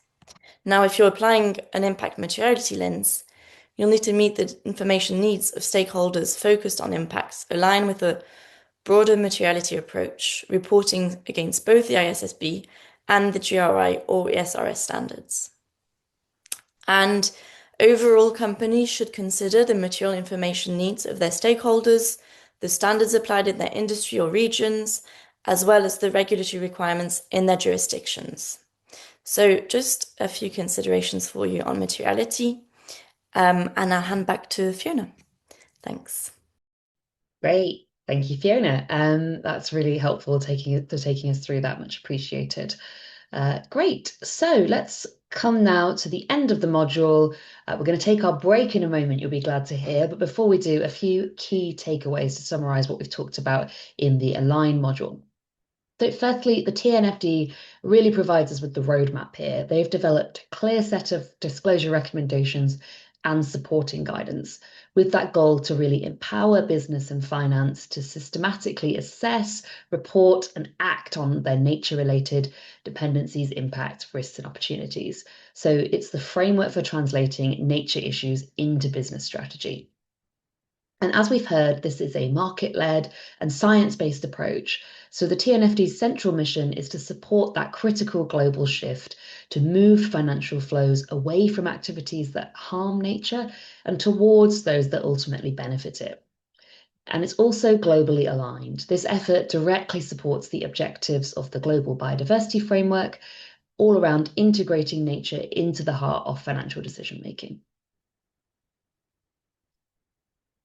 And secondly, there is a wealth of supporting material available to you. The TNFD has developed extensive resources to support adoption across different sectors, geographies, and biomes. But what we want to say here is that you don't need to feel overwhelmed. We know that there is a lot of content and guidance out there, but the key thing to remember here is that it's designed to be used flexibly based on your specific needs. So you certainly don't need to go away and read every single resource we've just told you about, but really to know that those resources exist and to go to the TNFD Knowledge Hub, which is built specifically to help you navigate and find exactly what you need for your company's circumstances. And finally, the TNFD is designed to fit your existing reporting. It was developed to be applied flexibly and in combination with other major reporting standards and frameworks. And you can use the TNFD's materials to support your nature-related disclosures, whether you're reporting under the ISSB standards, GRI, or ESRS, for example. So what you can do is go away and have a look at how the TNFD's materials can support you in disclosing what you already may need to for nature on those different standards. Okay, so we're coming up to our break here. I think the Q&A has been very quiet so far, so I don't think we've got any open questions to discuss. But what I will note is please do make the most of that opportunity to ask your questions. We'll be able to pause a bit later in the session to talk about a few of them again, hopefully. We'll keep responding to you in writing in the Q&A, so please don't be shy. If anything's coming to mind for you, no matter how simple you think your question is, we'd always be happy to answer it. So please do continue to share any questions in the Q&A. But with that, let's go on to taking our break. So we've got a 10-minute break now. We're going to play you this video that shows you a timer with a bit of music in the background, and we'll restart the session when the 10 minutes are up. We know for those of you based in Fiji, we are getting a little bit late in the day, so we really appreciate you staying on into your early evening time to join us. But I appreciate you might want to grab a snack now, so please do that if you need to. We'll restart the session in 10 minutes and we'll look forward to seeing you then. Thanks, everyone.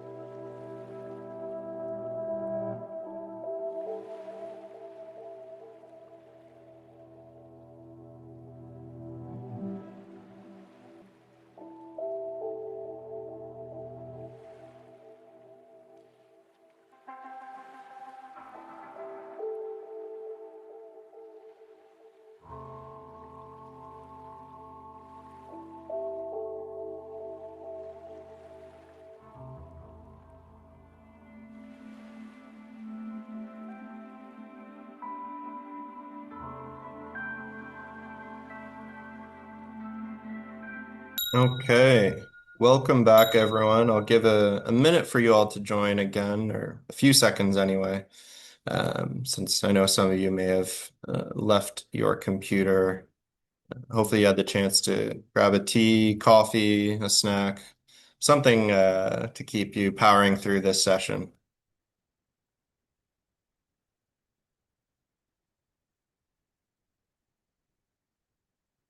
Okay, so welcome back again, and we're going to dive right back in. So with that, up to now, as you know, we've outlined the TNFD recommendations and guidance and how they can support companies to identify, assess, and manage those nature-related dependencies, impacts, risks, opportunities. And now let's look a bit more practically at how this is done, starting with the practices and processes needed to conduct your assessment of nature-related issues. So in this unit of implement, we're going to cover 3 topics that are key to progressing action on nature, considering where to start in assessing nature-related issues. Then we're going to delve into TNFD's LEAP approach that we've mentioned, which can support this. And then we'll finish with some practice case study exercises from SMP to bring this to life. To kick off this unit, let's first look at the steps organizations may wish to take at the outset when getting started with their nature work. So let's understand a bit better what it means to embed nature into an organization's processes. Firstly, we need to recognize that nature isn't just a sustainability topic. It underpins everything from supply chains to long-term stability. It requires a shift in mindset to ensure that we're taking an organization-wide perspective. However, to reach this point, there's a lot of work that needs to happen behind the scenes. We need to identify and engage the right teams to contribute to our activities, and we also need to ensure we establish clear governance mechanisms which assign explicit ownership of nature-related issues to guide our approach. From there, we need to pinpoint our specific dependencies, impacts, risks, and opportunities. So what natural resources does your organization rely on? Where are you impacting nature, and what does that mean for your business model? These nature-related issues must then be integrated directly into the core risk management and strategy. That's why this requires company-wide approaches. It impacts all areas of business, including finance, operations, procurement, and strategy. So really every division and line. We also need cross-functional ownership. So it's not just input from the sustainability team or any one of those teams I just mentioned. However, of course, getting the right people in the room to kick this off can be challenging, and we're going to hear more from Patrick from Swire and how they approached this.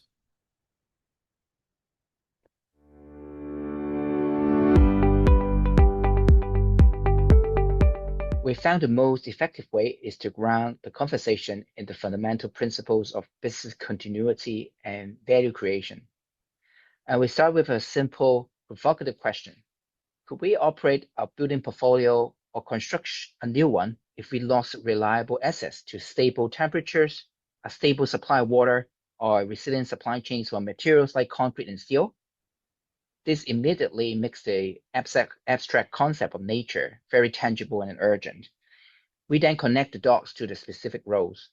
For example, to our finance and development teams, we explain that nature-related risks are factors that can directly impact construction cost, capital expenditure, and asset valuation. To our facility management team, we discuss how healthy green space would actually help improve the microclimate.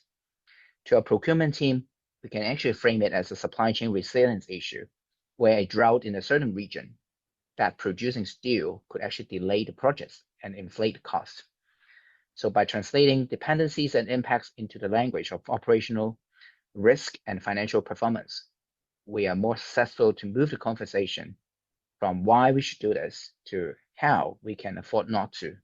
So this practical and business-centric framing has been very instrumental in helping us to secure engagement across the company.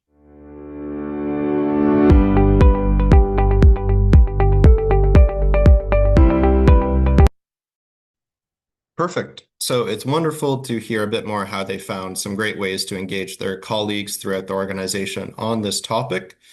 And getting together an internal assessment team is part of the scoping exercise that TNFD recommends to kick off their LEAP approach, which we're now about to take you through. But before we do, let's get a sense of how many of you already may be familiar with or making use of the LEAP approach. So there's no wrong answer here, but it helps us to better understand for our session and in the future how many of you are familiar with the LEAP approach. So if you can please select if you're using it, not using it, but familiar with it, or if you've never heard of it. But again, no wrong answer.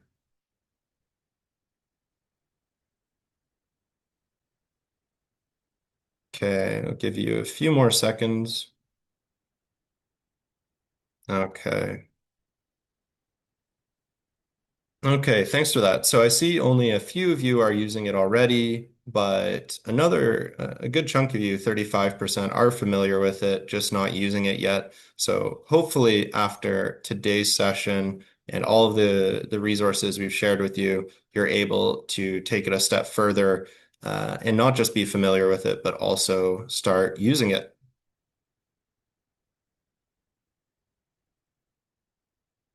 Oh, there we go.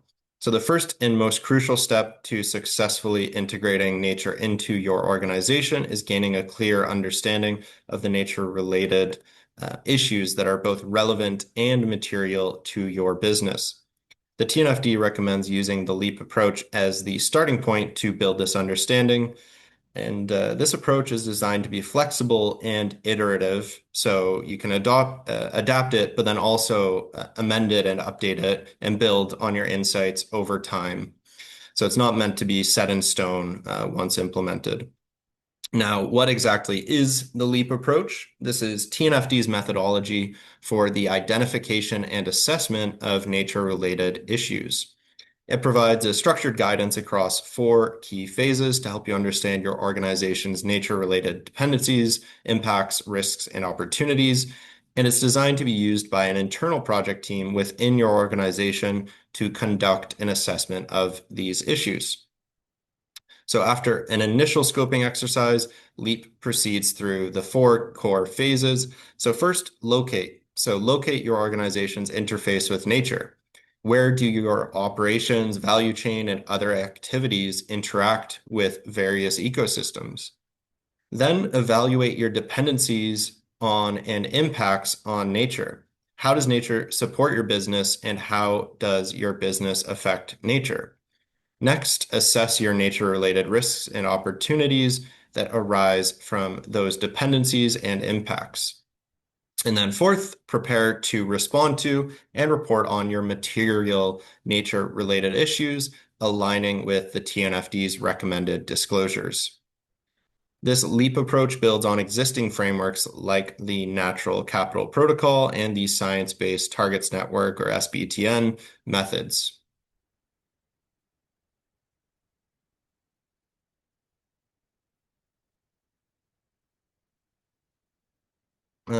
Sorry, just having some slide issues here.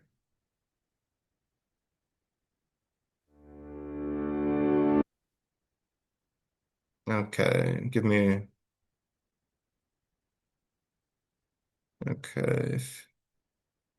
Okay, I'm going to leave it. My slides are acting up, but Fiona, if you're able to, please, if you could help me out and move to the next slide.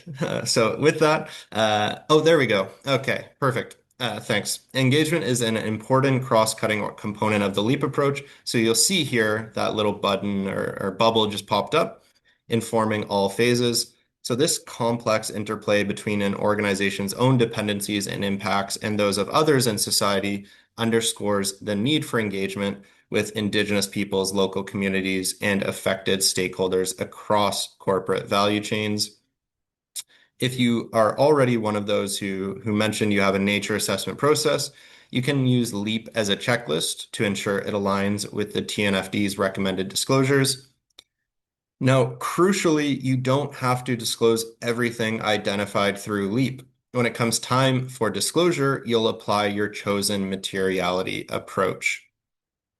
Now, let's see in practice from Patrick at Swire, how his organization's using the LEAP approach and their experience.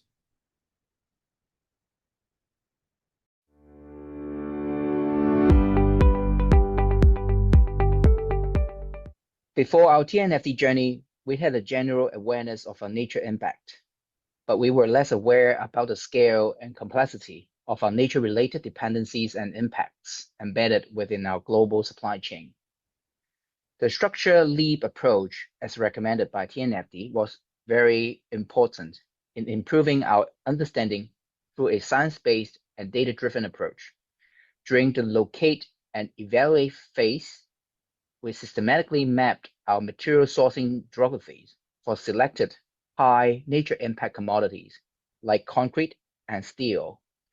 And this revealed that our impact on nature extends thousands of miles from our construction sites. And we discovered that actually a staggering 95% of our sector's impact on nature is actually embedded upstream in the supply chain. And this was a very important revelation. The framework was pivotal in moving us from a vague concept of supply chain risk to a concrete and somewhat startling realization. The environmental health of a distant quarry or watershed is directly related to our own construction project stability and profitability. We now understand that a drought halting that will halt, for example, impacting the aggregate production or a new regulation on mineral extraction, they are tangible threats to actually our construction timelines and budgets. And TNFD provided the necessary lens for us to see that our most significant nature-related risks are actually throughout our entire value chain, making the resilience of distant ecosystem actually a matter of our own operational resilience.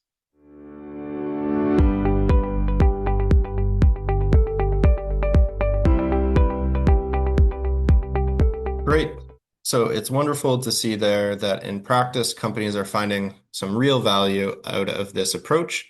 And you might still be wondering how exactly you can use the LEAP approach. So I'm going to pass over to SSE's Fiona, as well as TNFD's Fiona, now to take you through an activity to help flesh that out a little bit more. Great, thanks for that, Landon. So that's given us a little bit of an introduction to the core concepts of LEAP, but we know that, of course, probably the best way to understand something is to think about it a little bit more interactively and apply it. So that's what we're going to try and do now in our next segment together.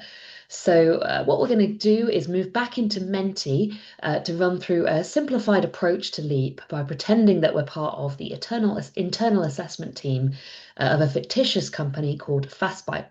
And so we hope that by doing things this way, we're going to understand the approach even better.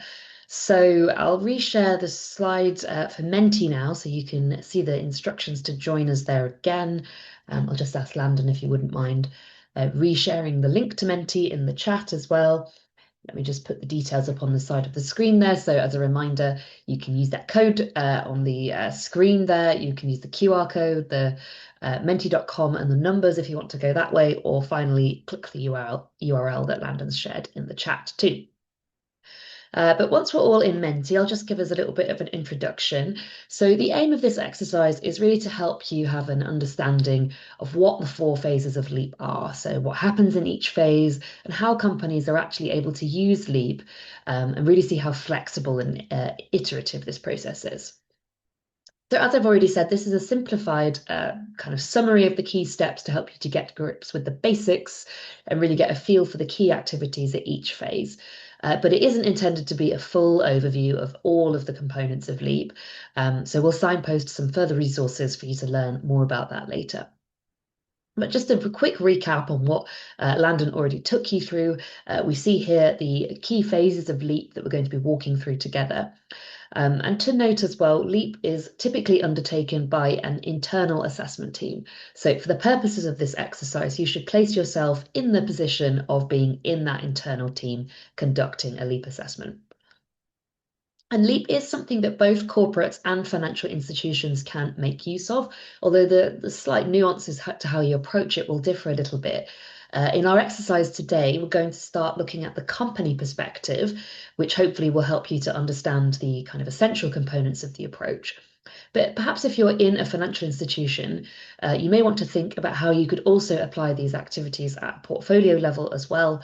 And there's also further guidance available to financial institutions that can support you to do that.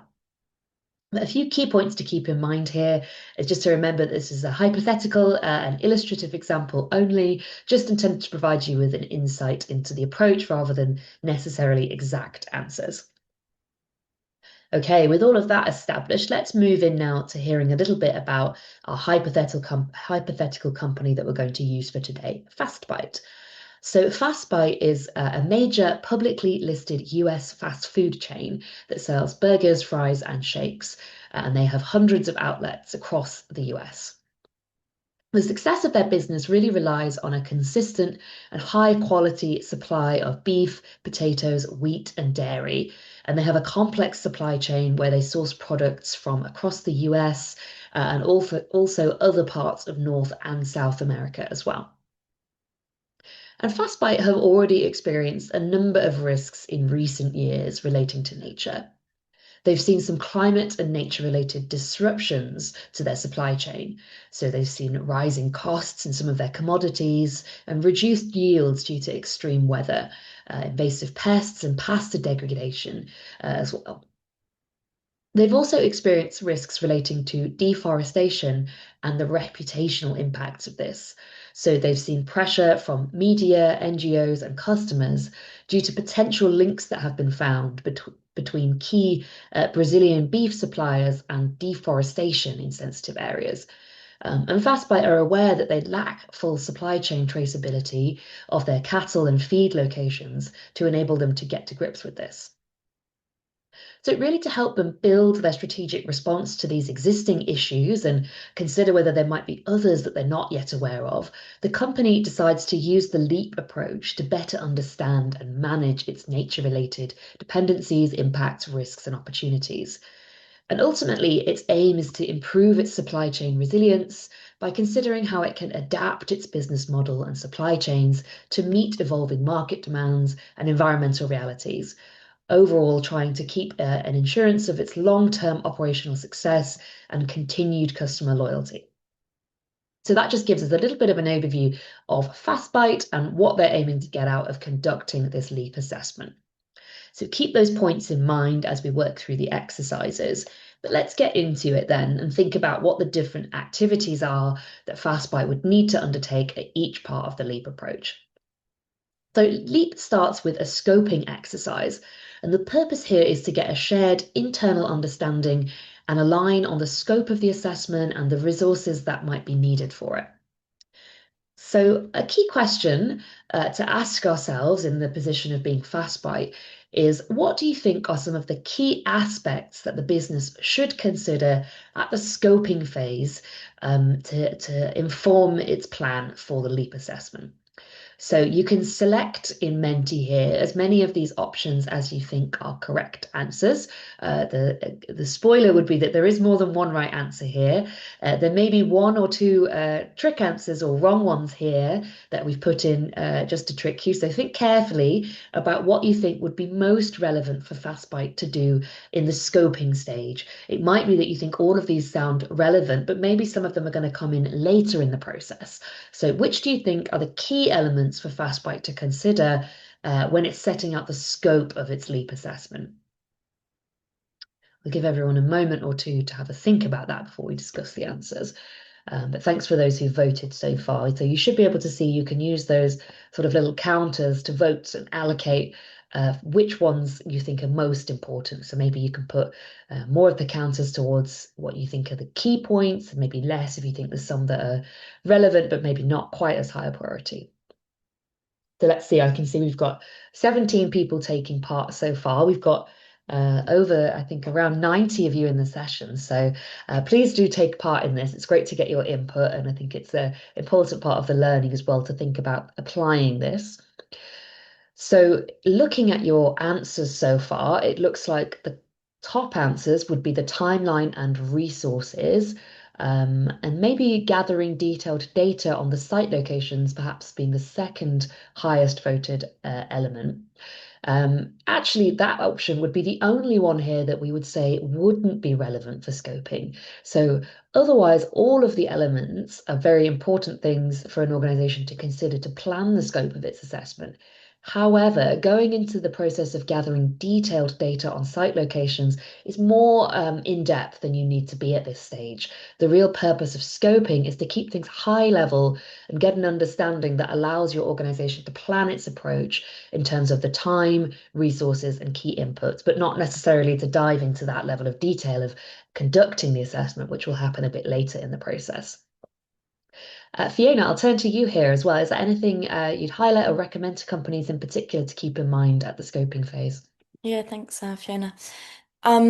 Sure. So just to reiterate that LEAP is an iterative process. So the scope will be revisited at various stages of the assessment as teams progress through the assessment and come across new data sets, new tools, various challenges as well as opportunities. So just bearing in mind that teams should remain open and flexible to change throughout the course of the assessment, and noting that a lot of the companies that pilot tested LEAP, we realized that few were, ending the scope with the same scope they started out with.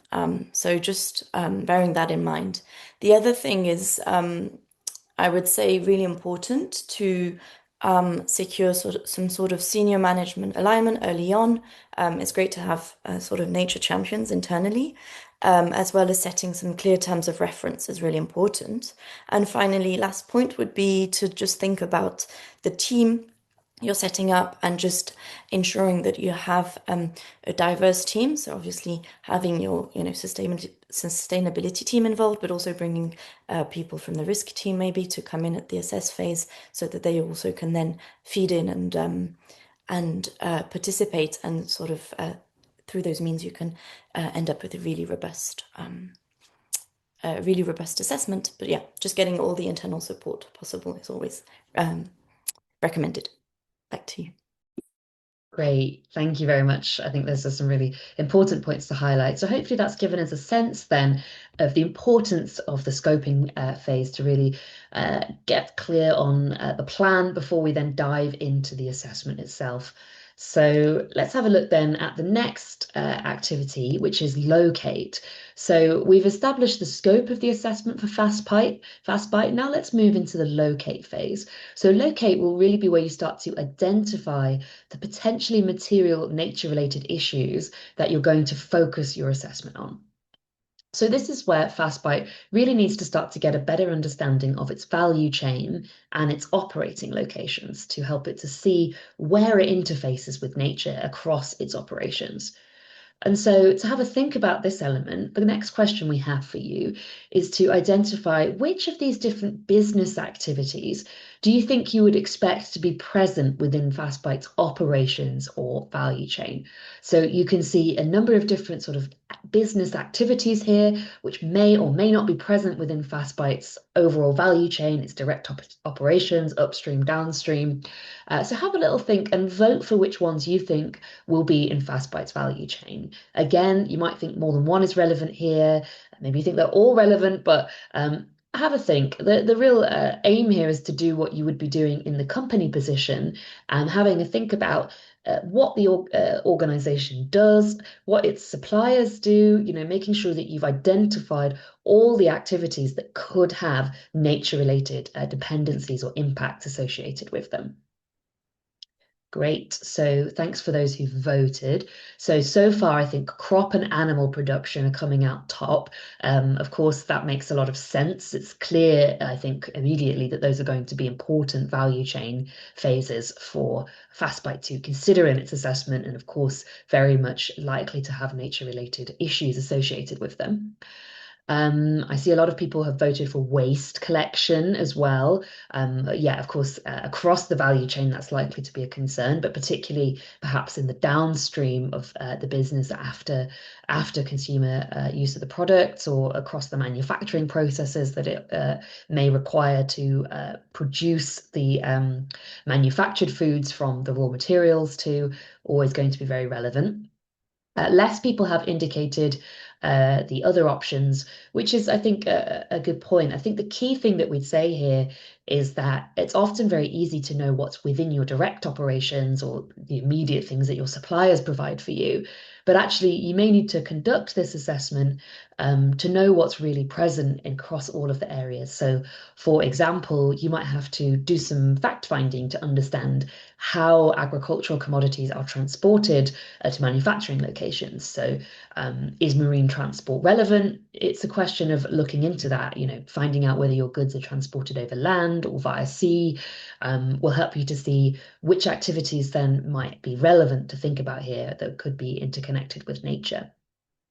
And so this is really what you're doing in Locate at the start of the Locate process, is figuring out where your organization touches nature. So where your direct sites are, your different suppliers, and your downstream impacts. And then the next step, which will also form part of Locate, but we don't have time to do now, would be then identifying specific locations using internal asset level data and understanding which activities happen or which assets are located in ecologically sensitive locations. So taking that initial understanding of the value chain and then going a little bit of a step further to map out key locations that sit across these stages and overlay those against potentially sensitive locations from an environmental perspective. Okay, so let's move on then. We'll look at evaluate, and the purpose of this phase is to identify potentially material nature-related issues to focus the assessment on. So just in that last step, we identified the business activities that were present in the value chain. And we'll now have a go at thinking about how those particular activities connect to nature. So we're going to focus here on a few of the core activities that we think are most likely to be potentially associated with nature-related impacts and dependencies. So the next question for you is to think about how much you think FastBite's business activities may rely on or impact nature across these different areas. So on your screen, you should have, I think, all 4 of those activities. And for each one, you can use the rating scale to rate how much you think that issue would impact nature and how much would it rely or depend upon inputs from nature for that to be possible. So, for example, for crop production, try to think about what the environmental or nature-related impacts of that might be, soil health, for example, but also, how important are inputs and ecosystem services to actually being able to grow crops.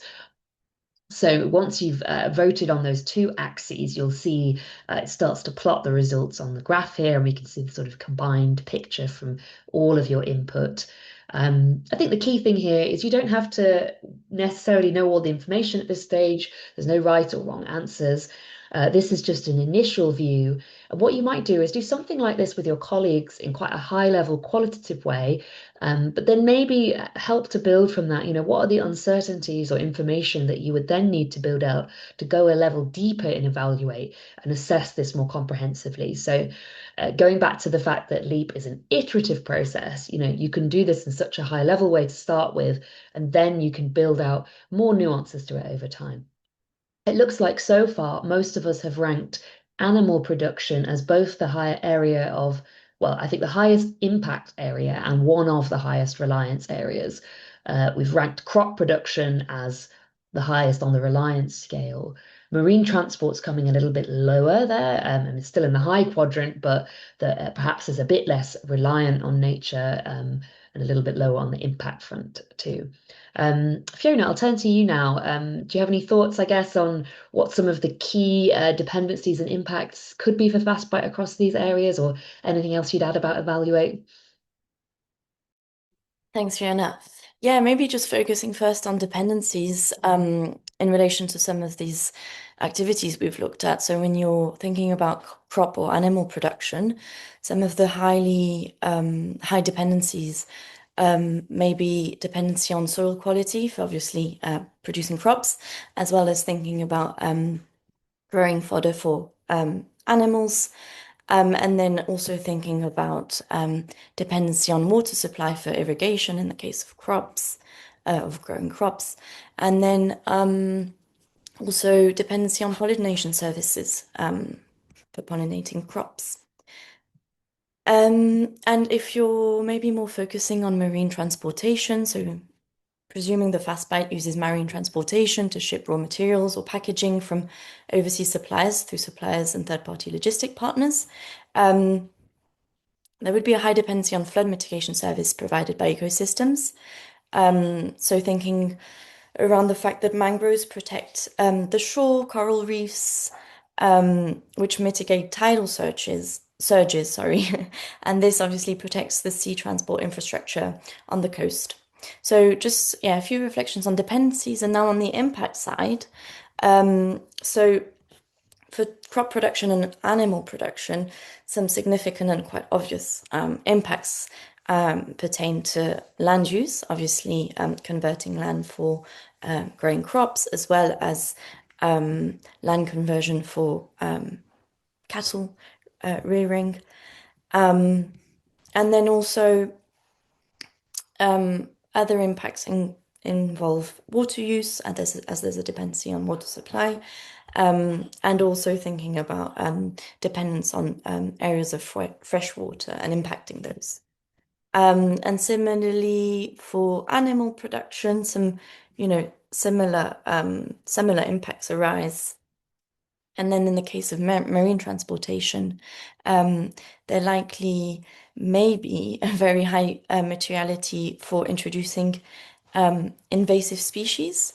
So obviously, vehicle operation creates a lot of noise pollution, which might have an impact and disturb species populations in the immediate surrounding environment. So there you go, a few reflections on dependencies impacts. Back to you. Great. Thank you, Fiona. That's really helpful. And as I think I've seen Deepak highlight in the Q&A, it's really by working through this matrix that things start to be unearthed and it becomes clearer for the team. So exactly, that's the whole purpose of Evaluate, is to get into identifying what those dependencies are and thinking about how you affect or impact nature. And the next step for FastBite, after assessing its different impacts and dependencies in the Evaluate stage, would then be to prioritize which ones it thinks are most material. So firstly, identify what the dependencies and impacts are, and then do that prioritization of the most material ones. So then moving into the next LEAP phase, we're thinking here about assess. And assess is all around then understanding the financially material risks and opportunities that an organisation should both manage and disclose. So we heard earlier in the training a little bit about the different types of nature-related risks and opportunities an organisation should consider, but we'll just take a moment to refresh on what those are. So the TNFD defines nature-related risks as potential threats to an organisation stemming from its dependencies and impacts on nature. And those are categorized into three main types. So we have physical risks, which are direct threats caused by a change in the state of nature. That could be things such as business disruptions from drought, water scarcity, or also perhaps something like coastal flooding, which could limit the protection available to us from mangroves, for example, if we're located close to those areas. We've then also got transition risks, which are threats arising from society's responses to nature loss. This could include things like policy and legal changes, maybe a new regulation on deforestation, for example, shifting market dynamics, or reputational damage as well, maybe as we've seen for FastBite, where it's been linked to harmful practices within the supply chain. And then finally, we have systemic risks as well. And those are risks that would be arising from the breakdown of natural systems at a broader scale. And these could cascade across markets and impact entire economies.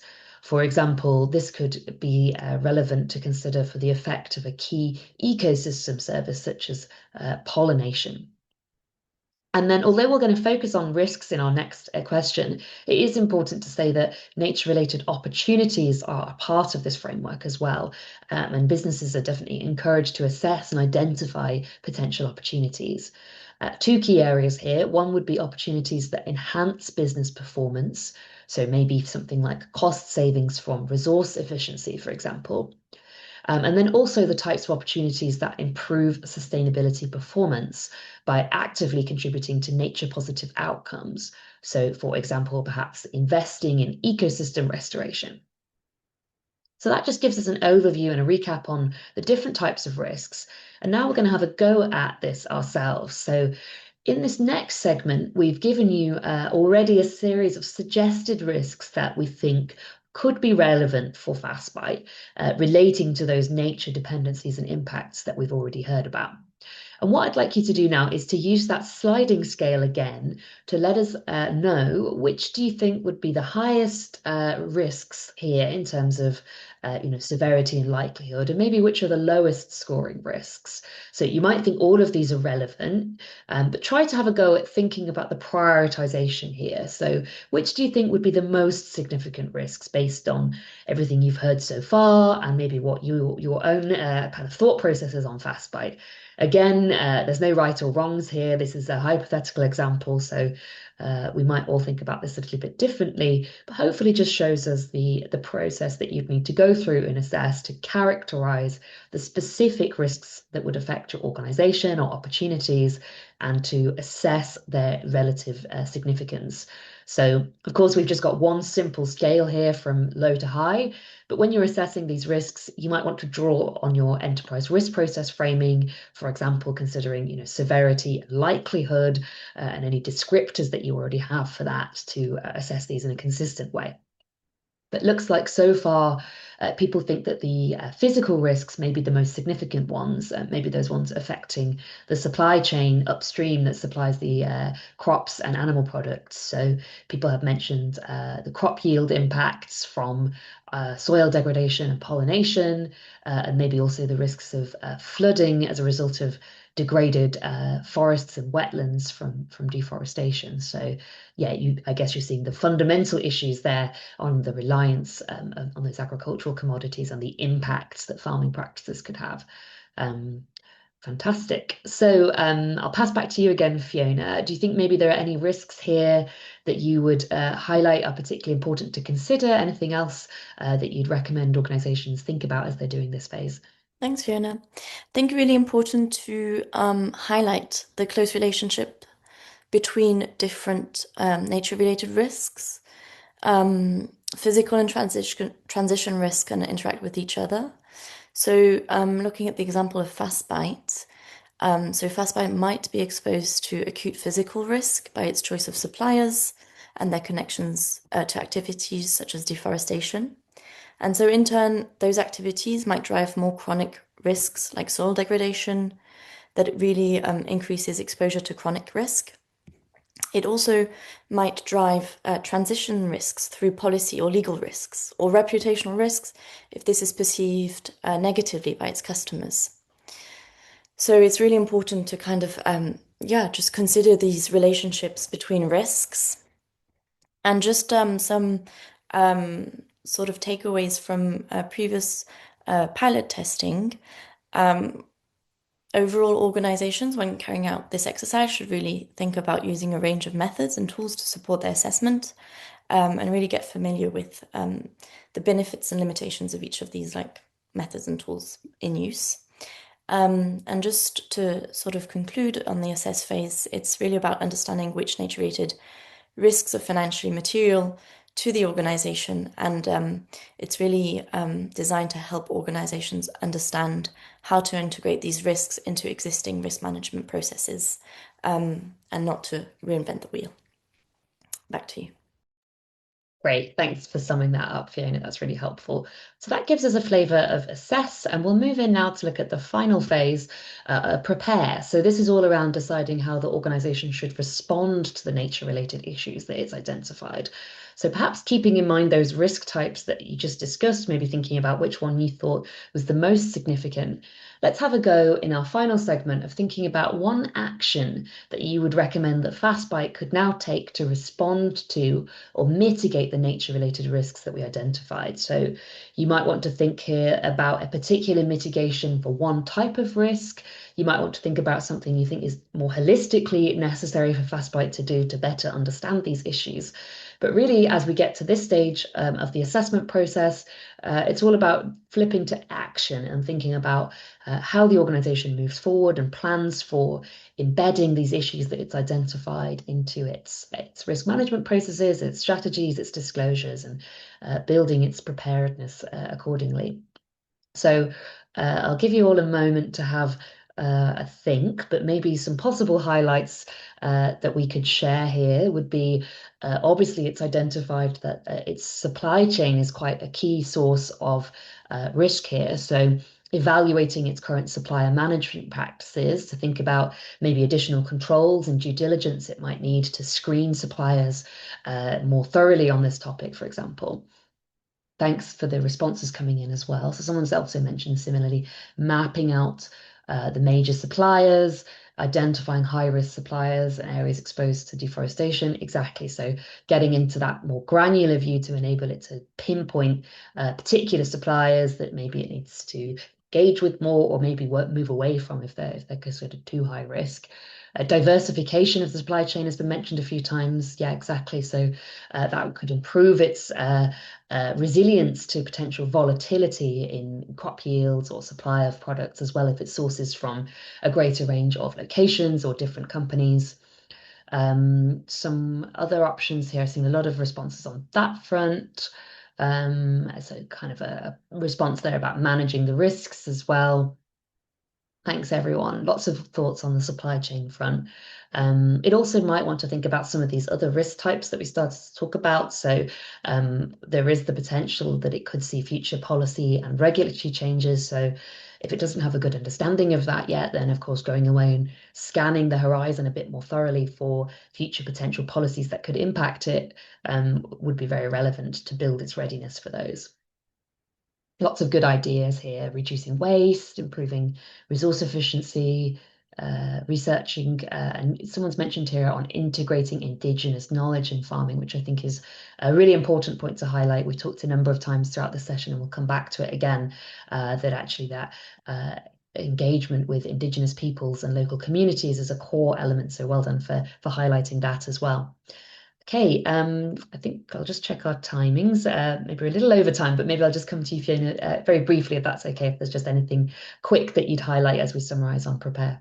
Yeah, thanks, Fiona. So just to remind everyone that Prepare is both about responding to the nature-related issues that have been identified throughout the LEAP process, but it's also about sort of thinking about preparing to report.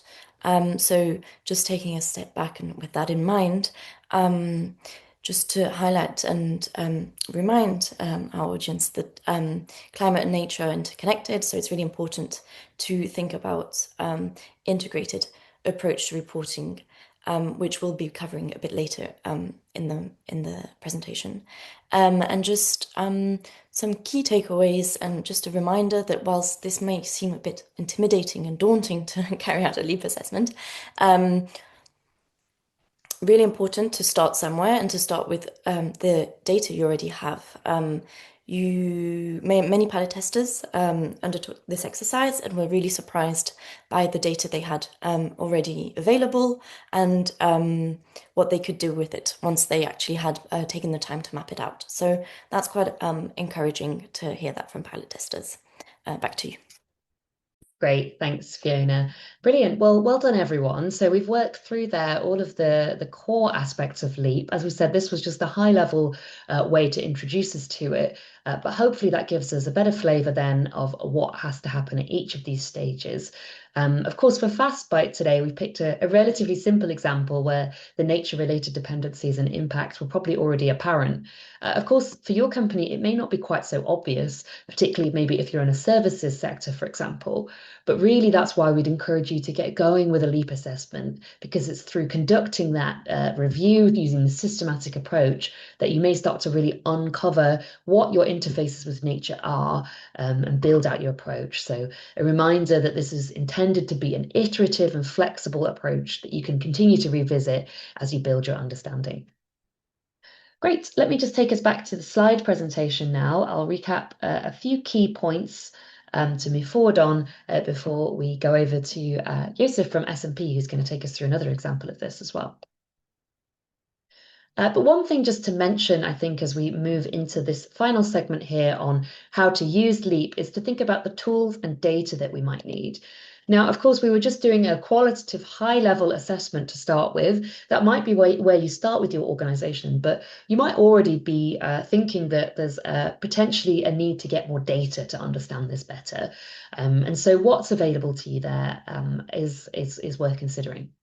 So there's lots of different tools out there for different practitioners, depending on your sector, the type of topic you want to assess, for example. One thing just to really highlight here is that the TNFD have developed a tools catalog, which provides a good compendium of different resources on this topic. So thanks, Landon, for sharing that in the chat. We've also included an extra slide here which summarizes some of the additional factors that you might want to consider when selecting tools to help you decide which one is the best to use in your circumstances. And then I'll just give you a little introduction here to a range of options that exist that might be worth considering. So we're going to hear from S&P in a moment about their work. They've developed a global nature and biodiversity risk data set and nature risk platform to support companies on this topic. Another example would be the Robeco Biodiversity Risk Traffic Light, which is all around assessing corporate performance on this topic. So a tool that's being used already by investors to understand leaders and laggards on this topic. And then finally, we have the WWF Biodiversity Risk Filter, which is a free online tool designed to help companies and those screening portfolios to think about these issues as well. So just a few examples of many of the options that are out there, but hopefully a good flavor of what you could consider looking into. So to pass over now, I'll hand over to Joseph from S&P. Thanks for joining us. I'll just give you the slide control. And Josef's going to take us through an example of how one company that they've worked with has approached undertaking this assessment. Yeah, thank you, Fiona. So as discussed before, we're going through the LEAP approach. Once again, I think we've heard about it now theoretically and also had an example and an exercise. And now we're going through a client example that we supported.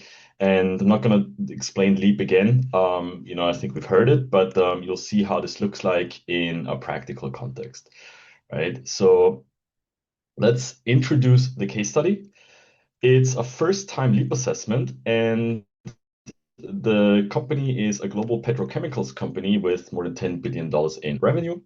They have about 30 production facilities and plants globally, and their objective was primarily to get ahead of the upcoming regulatory requirements, especially the EU CSRD. Also, they just wanted to understand and quantify the risks that they have. Now, step 0, basically, even before the LEAP, is the scoping phase. And that's important to just align on what you want to look at and what you might save for a later assessment. And so the decision was to go for the own operations first, right? This is the first step. Upstream is a little bit tricky because they source commodities. So, for example, crude oil. And so you can't really trace where every little drop of oil comes from. And so we restricted the upstream analysis to one pipeline that we could identify. And downstream, similar case, it's a bit challenging because they produce plastics and they go in the hands of consumers. And so you can't really trace easily what's the impact and where does it land. And so this was a conscious decision to scope it out for the moment and focus on the own operations. Now, we started with the first phase, which is locate. And what we do here is we look at every asset here that we have in scope and try to understand what's going on and how does it interact with nature. So this is one example asset here, and it's an ethylene production, and it's in the US and in the biome temperate coniferous forest. And so the first step is to map out the asset, really GPS mapping. We map out the perimeter, so basically, around the area. And you can see this here circled in red. And what we learned here already is that, first of all, there was no overlap for this asset with a key biodiversity area or a world database of protected areas area, so to speak. We also know that this facility has water intake from the river and from groundwater sources for cooling purposes. Then a potential impact that was identified early is that there could be potential pollution, due to microplastics or just general chemical pollution. And of course, there is a land use impact, which is simply the land use that you need for storage infrastructure, tanks, piping, and so on. So that's the first phase. And then we move to the evaluate phase. And in that phase, we ask ourselves certain questions to figure out the impacts and dependencies. And those questions are different for impact and dependence. So for the impact side, we ask ourselves questions in these three categories here. First of all, the footprint. So what is the land use and land use change of my operations? And that's associated with the asset here. The second one is the ecological significance. So how valuable and important is this piece of land for local species? How important is it to the people that live there in the vicinity and their economic activity and their well-being? And lastly, we ask ourselves, how degraded is this environment? For the dependent side, we look at different questions and we look at them alongside the ecosystem services. So for every ecosystem service that we look at, and that's more than 20, we ask ourselves two questions. So how relevant is this ecosystem service for my operations? And how vulnerable is this ecosystem service at this particular location? So if you have something like a chemical plant, maybe pollination might not be as relevant as it is for an agricultural facility. So that's the first question. And the second is, at this particular location, not just generally all over the world, but where this asset sits, how endangered or how vulnerable is this ecosystem service? And the result of this analysis could be something like this. So this is based on our nature risk methodology here. You see a lot of data and you see these impacts and dependency metrics. So on the impact side, for example, we have the footprint of the asset. So in this case, it's 24 hectares. And then we have these metrics that I introduced before, which is ecosystem degradation and ecosystem significance. So it doesn't seem to be a very degraded ecosystem, but it seems to be a significant ecosystem. And not because of its significance to species, but because of its significance to people and the ecosystem contribution. So that seems to be elevated. That's one thing that we already learned in this phase. On the dependency side, we have various ecosystem services, and some of them are practically speaking irrelevant for this asset, but others are important and might even be vulnerable. And so one thing that sticks out here, for example, is water quality right there in the middle. And that's something that we want to look at. And so this is the outcome of the evaluate phase. And we take this then to the next phase, which is the assess phase. And so in that phase, we look at the top impacts and dependencies of the prior phase, and then try to figure out for this asset concretely, what are the resulting risks and opportunities, okay? And when we look at the impact to surrounding communities, that's the first one that we look at, what could actually happen here?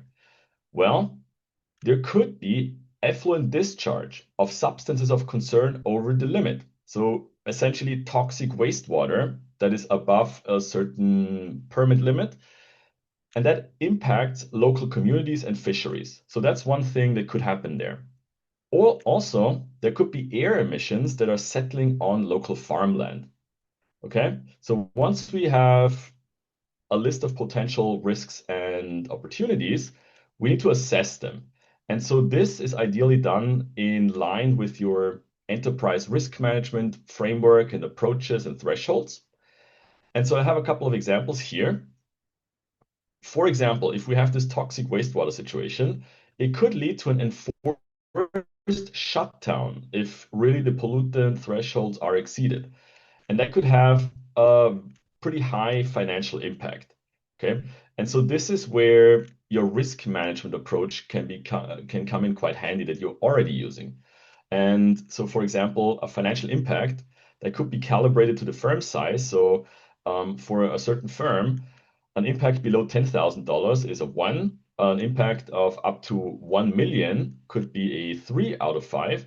And an impact of a billion could be a 5 out of 5. Okay, this has to be adjusted to the company size. Maybe you already have some risk thresholds in your company, and you can apply them. Ideally, you really marry and merge your nature risk assessment with your general risk management. Another thing that could happen with this toxic wastewater is that there are community protests and reputational loss. Now, here again, this could be a separate scale here, such as the reputational impact dimension, where you say, well, a 1 out of 5 is no big deal, probably. A short local news story. A 3 out of 5 could be a national news story. And a 5 out of 5 is something that is globally in the media for a long time. And then lastly, what could happen is there's regulatory tightening with stricter permit limits. So in the future, you have higher compliance costs. This is something that you have to figure out between your local risk experts, so the ones that understand the site very well, site level experts, and potentially the central risk management team who has a lot of experience with these types of assessments as well. So combining local insights with your proven approaches. Let's go through another example. The other one was dependence on water quality. So it's not the quantity of the water, but the quality of the water that could be a risk. And so the company identified then that the first risk is that the asset integrity could be negatively impacted. So that essentially my equipment breaks down because of dirty water intake. Then I could have reduced process reliability, or I could have increased operational costs. And again, we go through the risk assessment there. And so when we look at this negative impact on the asset integrity, what could happen is that these impurities could create corrosion in certain spare parts, and they need to be replaced more frequently. So that's the first one up here. May not be a big risk, the spare parts aren't that expensive, so you just have to replace them a little bit more frequently. That's one thing that could happen. The other one could be that you have an unplanned shutdown and a cleanup and a repair due to a leakage. Okay, and that could be a quite big financial impact and also a reputational impact. And so this is how you look at it. And again, it's defined between risk management experts and site level experts.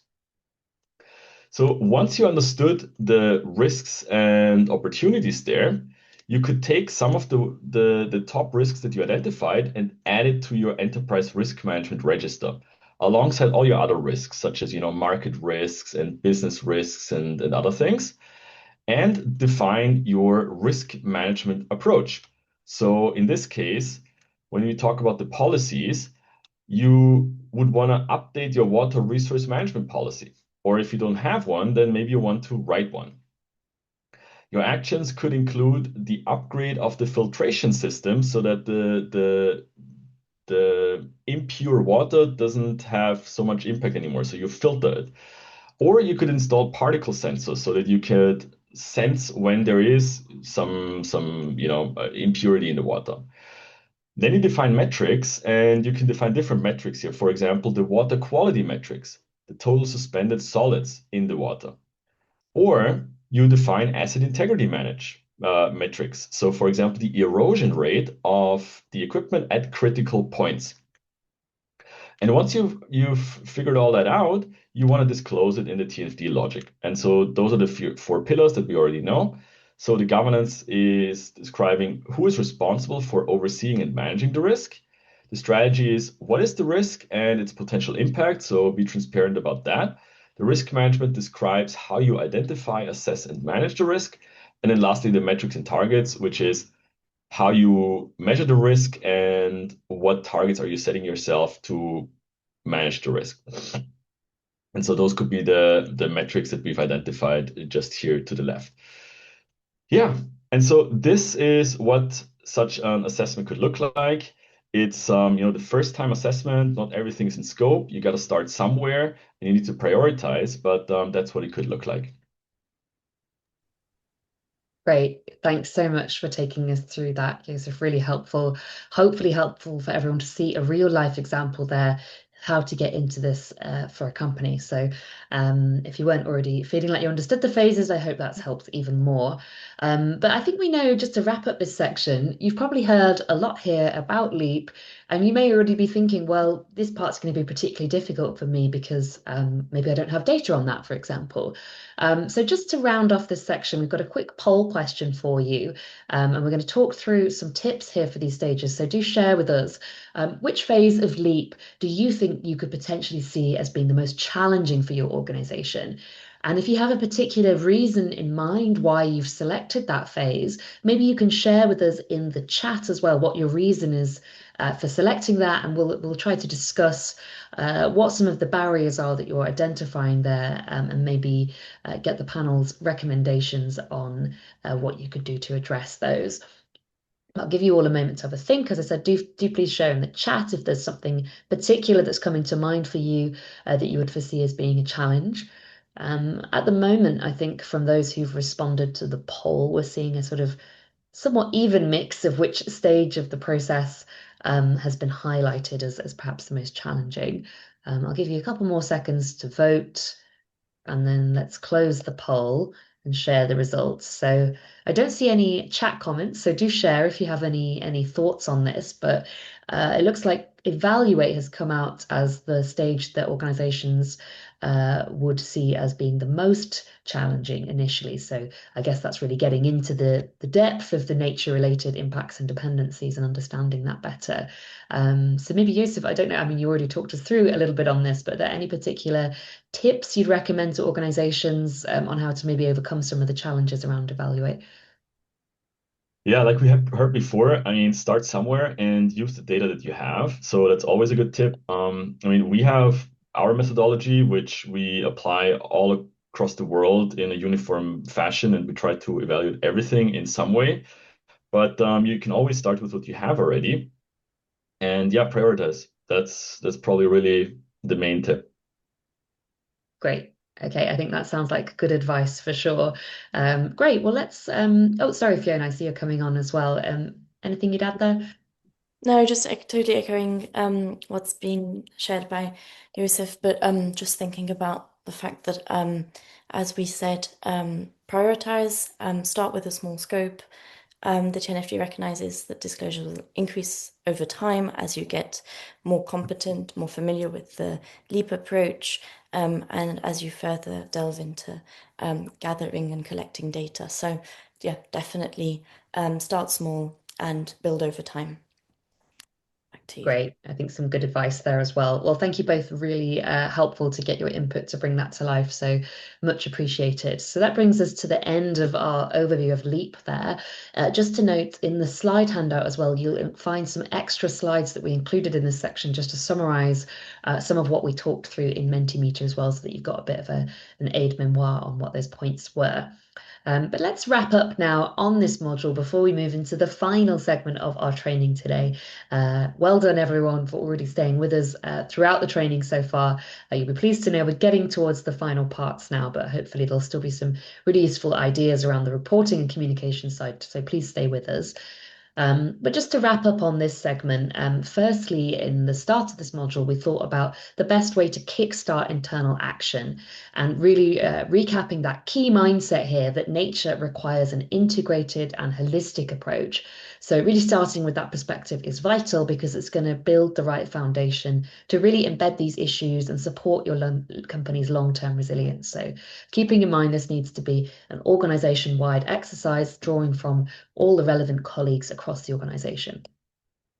We then talked about the recommended framework to help you really assess and identify the right measures to take forward, that being the LEAP approach. And hopefully you'll leave today feeling a little bit more comfortable with understanding what LEAP is and how it can help you. And a reminder there that LEAP is flexible, so it's designed to be used flexibly and iteratively. You don't have to follow those phases in a strict order or necessarily assess your entire organization at once. It's just a framework to help you get started on this and to move forward.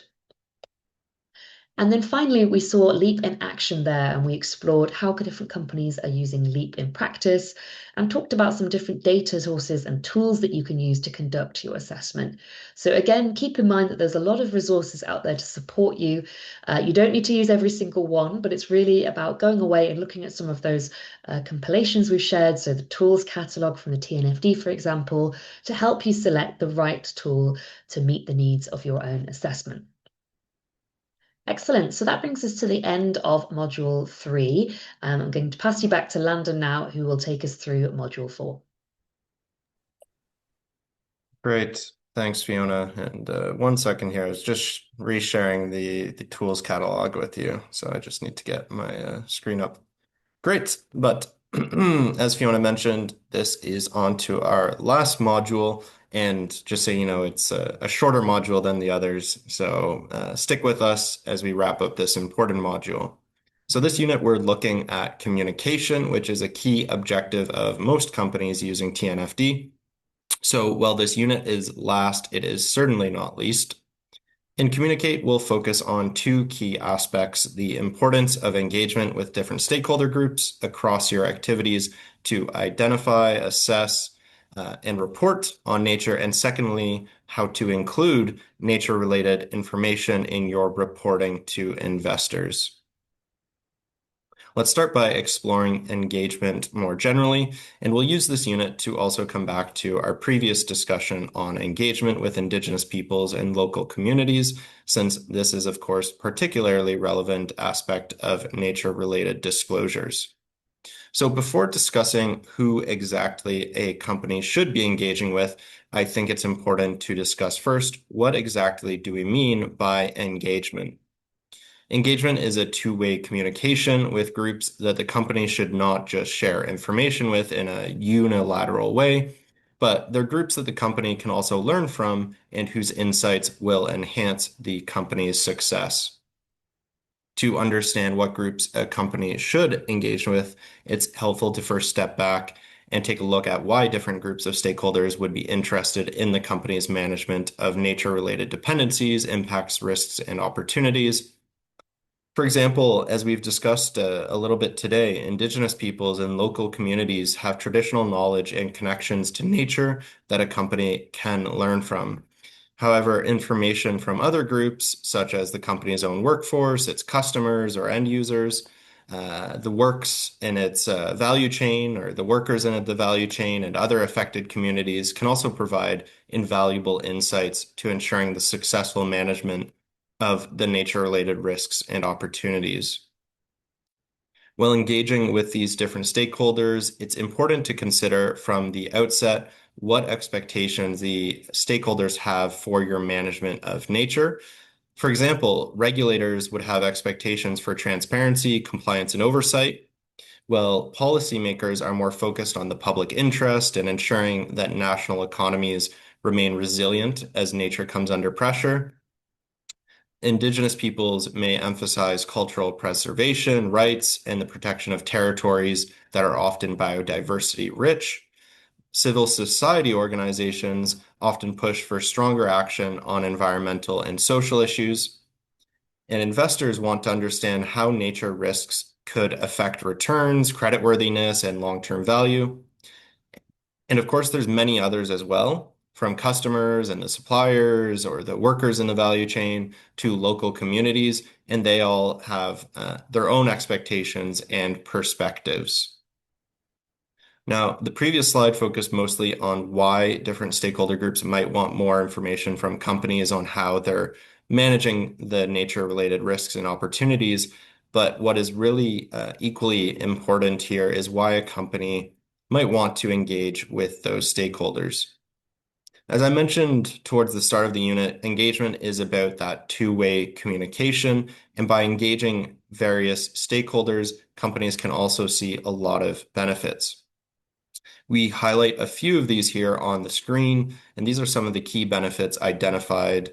But of course, this list is not comprehensive or excuse me, not exhaustive. But some examples of the benefits include meeting standards and reporting requirements, for example, demonstrating meaningful engagement and effective processes to consider the views of relevant stakeholder groups in company processes is a requirement of various standards and jurisdictional requirements.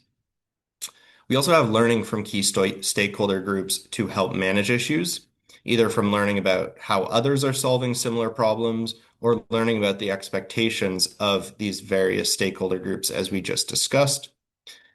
Third, we have collaboration. As we discussed previously as well, inclusive, respectful, and open collaboration with Indigenous peoples and local communities is important in order to identify shared approaches, which is a clear benefit of engagement.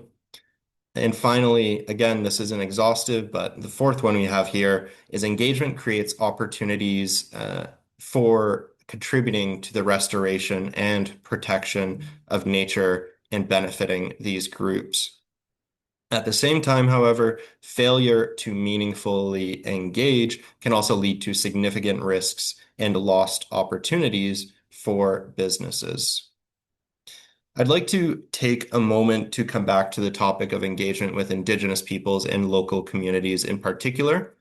We've discussed this a few times throughout today, and I think it's become clear that this is a unique form of engagement that companies are often not as familiar with if they've not already been working on management of nature-related dependencies, impacts, risks, and opportunities. Indigenous peoples and local communities play a uniquely important role in nature-related disclosures because their land hosts the majority of the world's remaining biodiversity, and their traditional knowledge and stewardship practices are proven to slow or even reverse nature loss.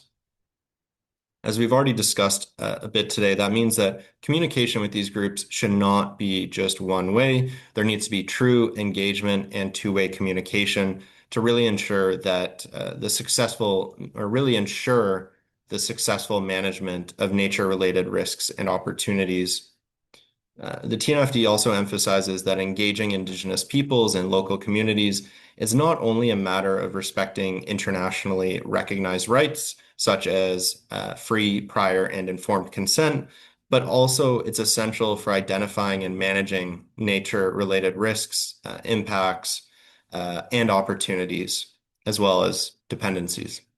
Meaningful, respectful, and ongoing dialogue with these groups ensures that companies' assessments and their disclosures are grounded in local realities and also incorporates diverse knowledge systems, and in turn helps avoid social and reputational risks to these businesses. As such, this makes Indigenous peoples and local communities' engagement central to credible, decision-useful nature disclosures. And as a reminder, because of the important role that these groups should play in the successful management of nature-related risks and opportunities, TNFD has also provided provides and produced their guidance to support this meaningful engagement by companies and financial institutions with Indigenous peoples, local communities, and other stakeholders for assessment, management, and disclosure of nature-related issues. We've shared a couple of times the different guidances link, so you can find that there. This guidance is built on established international standards and frameworks, particularly UNDRIP, the UN Declaration of Rights of Indigenous Peoples, and the UN Guiding Principles on Business and Human Rights. I wanted to flag that because, as you'll see on the second point on this slide, engagement with these groups is often not standard practice and is often poorly executed. But in many cases, there's very clear human rights obligations that must be followed by these businesses. I therefore highly recommend making use of this guide and before designing engagement activities to first read this publication and guidance. Okay. Well done, everyone. We're continuing on to our final unit, Now, of course, this is a key unit, so let's give it one last push so you all leave with some great knowledge on how to disclose nature-related information to investors who are an important group as well. To liven it up a bit, we filled this unit with various examples to hopefully bring it all to life. But first, we'll hear a word from, again, Patrick at Swire on what his advice would be to a company just getting started on this topic and wondering, perhaps as you might be now, what your next steps should be.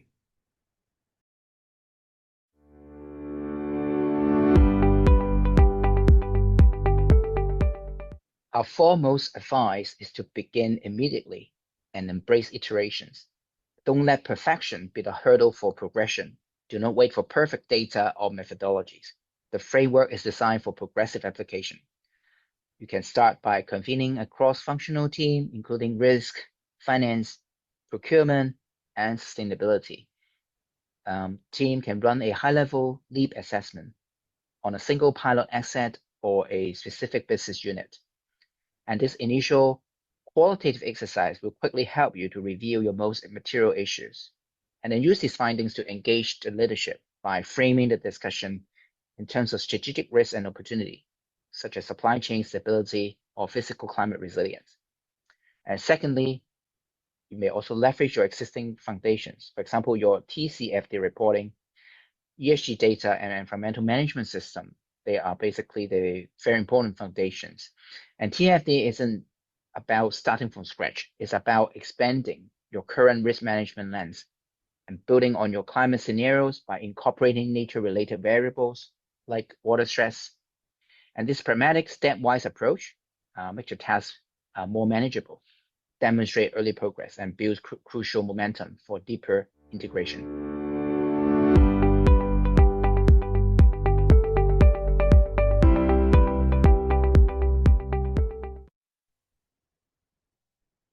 Great. So hopefully that helps to show why reporting to investors on nature is becoming increasingly important, and that other companies are already getting started on providing investor-focused disclosures. And as Patrick says, I think one of the big things there is to not let the aim of perfection actually be the enemy here, and to just get started, even if your data is not absolutely perfect. But now we'll look at what this means in practice. One key message is that you do not need to wait for mandatory requirements. Even if you're not currently required to disclose nature-related information, every organization should begin assessing its nature-related issues. Doing this early strengthens organization resilience and improves strategic decision-making and helps companies anticipate risks and opportunities across your value chains. At the same time, we're also seeing some very clear signals that nature-related reporting will become part of the mainstream standards. A major milestone was the IFRS Foundation's announcement that the ISSB will begin a standard-setting process on nature, building directly on the TNFD recommendations. To clarify, that does not mean there will be a new S3 standards. As we mentioned, there's the S1 and the S2. And it does not mean the TNFD recommendations will simply become mandatory ISSB text. Instead, ISSB will draw from the TNFD recommendations, metrics, and guidance to shape investor-focused, decision-useful disclosures consistent with S1 and S2. So what that does mean, however, is that nature is expected to increasingly be integrated into disclosure standards and requirements based on these standards. So the key takeaway there is that starting now, instead of waiting for mandatory requirements, puts you ahead of other organizations and in a far stronger position. The TNFD framework already aligns with major reporting systems, as we discussed, and early assessment work, including using tools like LEAP, which, as we mentioned, is aligned with IFRS. And that builds the capability companies will need as standards evolve. And as we know, nature-related reporting is increasingly vital, and companies are already making disclosures, as we mentioned, many examples, and the over 700 companies using TNFD to date. Now, we've explored why nature-related information matters to investors. Now I want to take a little bit of time on how to communicate this information effectively. To help companies do this well, the SSE has developed a nature disclosures checklist included in our model guidance on nature-related financial disclosures. You'll find it in Annex 1 of the model guidance, and thank you, Fiona. And we just shared the link again in the chat, so please take a moment to check that out either now or after this session. So when preparing nature-related disclosures, there's several important principles to keep in mind that you see here on the right hand of the slide. First, speak the language of investors. Investors want clear, decision-useful information about how nature is affecting enterprise value. You also want to keep in mind integrating your narratives. Nature does not sit in a silo. That's something we've really tried to reiterate in today's session. So it doesn't sit in a silo, and neither should your disclosures. You should also tailor disclosures to your jurisdiction. Different markets are moving at different speeds and may have unique or varying regulatory requirements. Another principle is build trust through transparency and balance. Stakeholders value reporting that is honest about both progress and challenges. And I think that keeps in mind what we just talked about, how you don't need perfection, but you do need to integrate. And then use data effectively to support your narrative. Data should reinforce your story, not overwhelm it. So those are just 5 key principles to consider. And now that we've covered those, we're going to explore more what they look like in practice by reviewing those real-world examples I mentioned from company reports. And before we do, another quick disclaimer just to highlight in that the examples we show are illustrative only. They're intended to bring some of these concepts to life, but we're not saying they're best practice templates.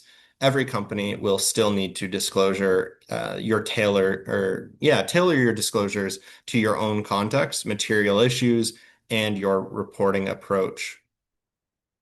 As we've also discussed, it's important that your disclosures use the right information and the right language to speak effectively to an investor audience. So here, to see what that looks like in practice, we have an example from Tallery Bioindustries 2023 TCFD and TNFD report.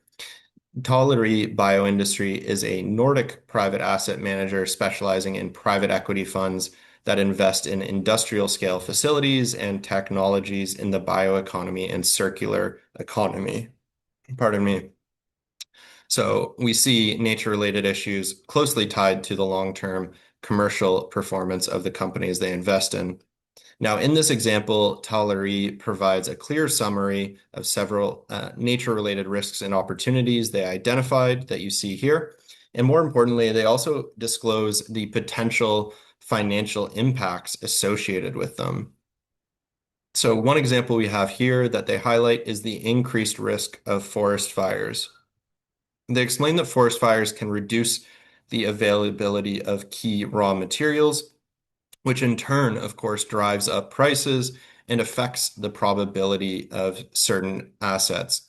I think that's a good demonstration of how physical environment risks convert into financial impacts or effects in a way that investors can immediately understand it. And it speaks directly to a key principle in the SSE Nature Disclosure Checklist I just mentioned, that companies should clearly link their DROs to enterprise value. Another consideration when communicating to investors is that nature-related information should be integrated into climate and broader ESG narratives to show the interconnections between those dimensions. An important part of integrating nature into corporate reporting is making disclosures streamlined and concise across different standards so that users can easily navigate the information. We see more and more that investors and stakeholders increasingly expect coherence, not separate, unique, fragmented reporting, especially at sustainability requirements or as sustainability requirements converge across jurisdictions. Now, to help us understand how this could work, I want to look at another example here from Ørsted, a large Danish multinational energy company that's actually transformed from a fossil fuel intensive utility, they're formerly DONG Energy, into the world's largest developer of offshore wind power. Here, Ørsted provides a useful example. They use this correspondence table in their annual report to show how their disclosures align with the TNFD recommended disclosures, and then where each item appears within the report. In case you can't read this clearly, I know it's quite small. The table has the main themes or the four core content areas of the TNFD recommended disclosures on the left, then the report, the section and page where that information appears in their public disclosures. And by doing this, this approach embeds nature-related information directly alongside other ESG governance and strategic content rather than treating it as a separate add-on or making it siloed. That kind of mapping also helps report users quickly locate relevant information across multiple frameworks. We've also seen from TNFD's engagement with market participants that there's growing demand for these correspondence and cross-reference tables, especially to navigate different standards like ISSB, ESRS, TNFD, GRI, and even product certification standards. In fact, TNFD issued a statement in February 2025 supporting the use of cross-reference tables to encourage organizations to report against TNFD and other standards in one integrated sustainability report. And that reflects a broader shift towards the simplification and interoperability, helping companies reduce duplication while also improving clarity and conciseness for investors. Another important point when communicating with investors is understanding the legal and regulatory context you operate in. In other words, you need to know the rules of the game in your jurisdiction, and we know those rules are evolving and changing quickly. A practical step companies can take now is to map their disclosures to whichever requirements apply to them, and then that helps both regulators and investors understand your company's alignment. So even if you're not yet required to disclose nature-related information, every organization should still be assessing its nature-related issues. We know nature loss can affect any business model, so understanding your dependencies, impacts, risks, and opportunities is simply just good business practice now. And even without nature-specific rules, many jurisdictions already require disclosure of material issues. So if your internal assessment identifies something that could affect performance or your license to operate, such as water dependencies or biodiversity impacts, investors should know about it. So the takeaway here is understand your jurisdiction, map your disclosures, and assess your nature-related issues now rather than later. And it strengthens trust, improves preparedness, and positions you ahead of rapidly emerging reporting requirements. As we build on some of the points I've just discussed, one of the most powerful ways to earn the confidence in investors and some of your stakeholders more broadly is simply to be transparent. Balanced, honest reporting goes a long way in showing that your organization understands its nature-related issues and is dealing with them responsibly. That also means being upfront about uncertainties. It's completely normal at this stage to have gaps in your data or areas where methods are still developing. Again, as I've iterated a couple of times, but I think it's really important to say again, investors aren't expecting perfection, but they do value clarity on what's known, what's still being worked on, and where any assumptions or scenarios have been modeled or made. We can see the approach quite clearly. We have Ferrovial's integrated annual report. That's a major Spanish multinational in the transport and infrastructure. And here they lay out the core hypotheses behind its nature-related analysis. They explain how biodiversity and ecosystems link to the resilience of their business model, and they point directly to the methodologies they used, which you see here, including the integrated natural capital assessment approach. They also highlight here how consultation with local communities shaped their understanding of risks and impacts. So that's a great example as well of that engagement that we've talked so much about. And what's especially helpful is that they openly describe the assumptions that underpin this analysis. These can evolve as new information becomes available, but by disclosing them now, this gives their readers a clear sense of how they reached their conclusions, so it doesn't leave anyone guessing. And finally, this sort of transparency should extend beyond just investors. Organizations should also make sure they report back to Indigenous peoples, local communities, and other affected stakeholders in ways that are clearly accessible and culturally appropriate, and clearly explain how their insights helped shape risk assessments, materiality judgments, and strategic decisions. Oh, okay, there we go. I was just getting the next slide. So in this final example, let's look at how organizations can bring their nature disclosures to life using data. Now I'm going to run through this example quickly just to make sure we're okay with time. But here, the numbers just aren't technical details. They can help investors see real progress, understand trends, and compare performance over time. And when paired with a clear narrative, they become really powerful.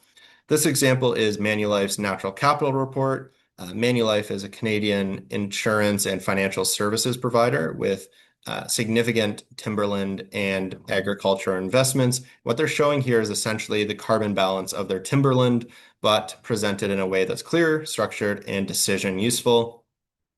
We see here that their calculation builds on 3 variables. There's a starting point of the previous year, the carbon storage. Then as any resource changes, they capture the shift in acreage and update the methodology from year to year. And then finally, they show the change. On top of that, they also track how much harvested timber ends up as solid wood with a long life. In this case, products that are assumed to store carbon for around 100 years. Each of those elements is reported separately, as you see, and then combined to show annual carbon removals. So they're showing the DROs that we recommend in their timber portfolio year by year. And what's especially effective here is the combination. They have a narrative. It's supported by visuals and data showing performance, and this pairing leads to clear storytelling and robust metrics, which is exactly what investors need to make better informed decisions and understand how well an organization is really managing its nature-related issues. Great. And with that, I'll pass it back to Fiona to wrap us up.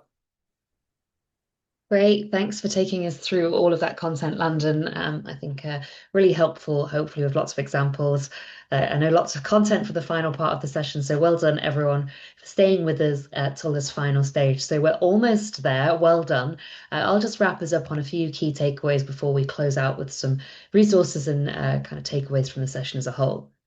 So firstly, we heard here that engagement of Indigenous people and local communities is key to meaningful assessment and management of nature-related issues. These groups are the original custodians of the land, and they hold the deepest and most critical knowledge about the ecosystems that we rely on. So it's not just a matter of fairness, it's a matter of success. If you skip this step, you risk getting your assessments and management strategies fundamentally wrong. The second point was about getting ahead of the curve.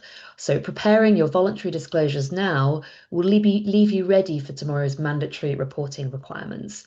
We know that the regulatory landscape is evolving quickly. So by starting to assess and report voluntarily, you're really stress testing your systems and refining your data collection. And that means that when mandatory reporting obligations do potentially arrive, you're not going to be scrambling because you'll already have the robust processes and the high quality data in place to turn that regulatory hurdle into a competitive advantage. And finally, let's talk about a key audience for your disclosures, which is investors. So to meet their needs, your information needs to be balanced, transparent, and speak their language, as Landon just talked us through. So crucially, you've got to connect your nature strategy directly to finance. and show how nature-related risks affect your capital allocations, liabilities, and your strategic resilience. We know, of course, that that is one of the most challenging elements, but it's just to keep in mind that that's the aim in the long run of where you want to get to. And by ensuring your data is investment grade, so that's rigorous, comparable, and clear, you're going to successfully build that trust that you need to secure capital and demonstrate long-term stewardship. And that's where really using the work of the TNFD can help you structure your reporting, ensure you're assessing the right things in line with what your investors want to see, because this framework was really built with them in mind. Okay, so we're coming through to the final part of the session. I don't see any open questions. We had a bit of space to discuss any that came up here. I think one thing I would just highlight, a theme I think from the questions that we've seen, is perhaps questions about the applicability of the TNFD to certain organization types, or a guidance on how to assess particular issues. So it's really just an encouragement, I would say, that there is a resource really for everyone from the TNFD. So if you go to the TNFD's web pages, if you look at their knowledge hub, you'll be able to navigate to the sector guidance that applies to lots of different organization types. As we've said, these resources are designed to be used flexibly, so you don't need to look at every resource, you just need to find the one that's most helpful for you. And similarly, I know a few people have asked about examples of companies who are doing this well. There are two types of examples you can find on the TNFD's website. There's sort of case studies of adoption, particularly of LEAP, that are very helpful to look at. And there are also example reports as well, so be sure to check out both those resources. I see a question has just come in about the FSA credential and how helpful it is in looking at nature-related disclosures. I would say I'm not entirely sure on the specific amount of nature content in that credential, but I think it is definitely a really helpful foundation to apply across sustainability-related disclosure practices more broadly. So that qualification, which comes from the IFRS Foundation in connection with the ISSB standards, certainly something worth considering, particularly as we've heard that the ISSB are in the process at the moment of developing that nature practice statement to support disclosures of nature under its standards, and that will come out in October as a reminder. So I think the FSA credential could be a really good idea indeed to progress and further your thinking on this topic. So let's just recap on the goals that we started today's session with. We hoped to help you to move these forward, and hopefully now you can explain why nature is relevant to your organization. You can think a bit more about the dependencies, impacts, risks, and opportunities that will face your operations and value chain, and use those different resources that are available to help you assess that. Our model guidance is also there as well to help you unpack all of this as a reminder. But really what we want you to take away from today is that this isn't just a set of 14 recommended disclosures, but a whole host of guidance and resources to support you on this topic. So with that, let's just do a final Zoom poll to see how you're feeling now about your knowledge and understanding on this topic. So I've launched the poll that should be on the screen for you here. It's the same rating scale we started with at the beginning of the session. Let us know how you're feeling now about your understanding of the link between nature and business. So we hope we've helped you to move that understanding forward today. We also know that we won't have answered every question you might have. Maybe you've even started the session thinking you were in one place and realized there's more to understand than you thought, and you leave with more questions as well. Of course, that's part of the journey here, is really to know the complexity of the topic. So we're going to leave you now with some resources you can take away to keep building that understanding. But let's end the poll and I'll have a look at the results with you. Thanks for those who've voted, but it's good. I think we were averaging somewhere around a 6 before, and we're up at an 8, I'd say, on average now. So that's great to see. Thanks everyone for letting us know. I'm glad you're feeling more confident on this topic than when you started. And then one thing I think can always be helpful when we've been to a training session, we're going to have heard a lot of different things today. Some of it will stick with you, some of it maybe won't, or maybe isn't the first thing that you're going to take on board. So I think it can be helpful just to center ourselves as we leave a training workshop on what one key takeaway or action point is that we want to take forward. So that would be the final thing we'd invite you to share with us in Menti to conclude, is what your main takeaway is from today's training. It could be a particular thing that you've learnt or realized perhaps as we've moved through the training today, or it could perhaps be an action point that you want to take forward after today's session. Thanks for those who've shared their responses. So I'm seeing here mentioning of the connection between nature and diversity, that nature is associated with other risks, that you can use the LEAP approach to understand this better. Businesses need to understand how their activities depend on and impact nature to take practical action. Yeah, definitely. That nature is a cornerstone of growth, and that business and investors need to look after their immediate environment, contribute sustainability of their natural resources. Great. I think that's a good way of summarizing things. Thanks everyone who's shared here. That's great to see. The importance of risk and impact and reporting. Indeed, you've got better ideas on what and how to report. Start using LEAP immediately, and you can break it down to small scale. Definitely. I think that's a great takeaway. Lovely. Thanks everyone for sharing these. Nature is central to our organizations. I think that's a nice one to end on there. So thanks for sharing your takeaways with us. And we invite you to keep thinking about this topic and how you move it forward in your own organizations. Let's just go back to the slides. A few final points before we let you go to your evenings. I know we're getting a little late in the day, so let's try to wrap things up. Firstly, just to mention a summary really that you can refer to in the handout for a lot of key resources here. Thanks, Landon, for resharing the link to this. Just a reminder, you've got the slide presentations, our model guidance, and the annex with those disclosure requirements for investors in available for you from that page. You've also got access to a whole range of resources from TNFD on their Knowledge Hub, which Landon's just shared as well. So they've got lots of resources to help you, example reports, further training materials and modules as well. So be sure to check that out. And if you want to hear more from the SMP team in follow-up to what they presented on to you earlier, their details can be found in the slide as well. You can click that link to request a follow-up from the team as well. And then one thing I just want to highlight, I saw a question on this in the chat about the links that we had shared. We have a summary slide for each of the training modules available in the PowerPoint presentation that includes links to all of the key things that we discussed with you and that we shared in the chat. So each of these modules has its own slide. I've just shown you one here so you can see what that looks like. Be sure to check that out in the slide presentation. And so a big well done and thank you to everyone who stuck with us throughout this half day of training. We know that this is a long time and there's a lot to learn. So we're really appreciative of your engagement and attention and all of the questions and interactions throughout as well.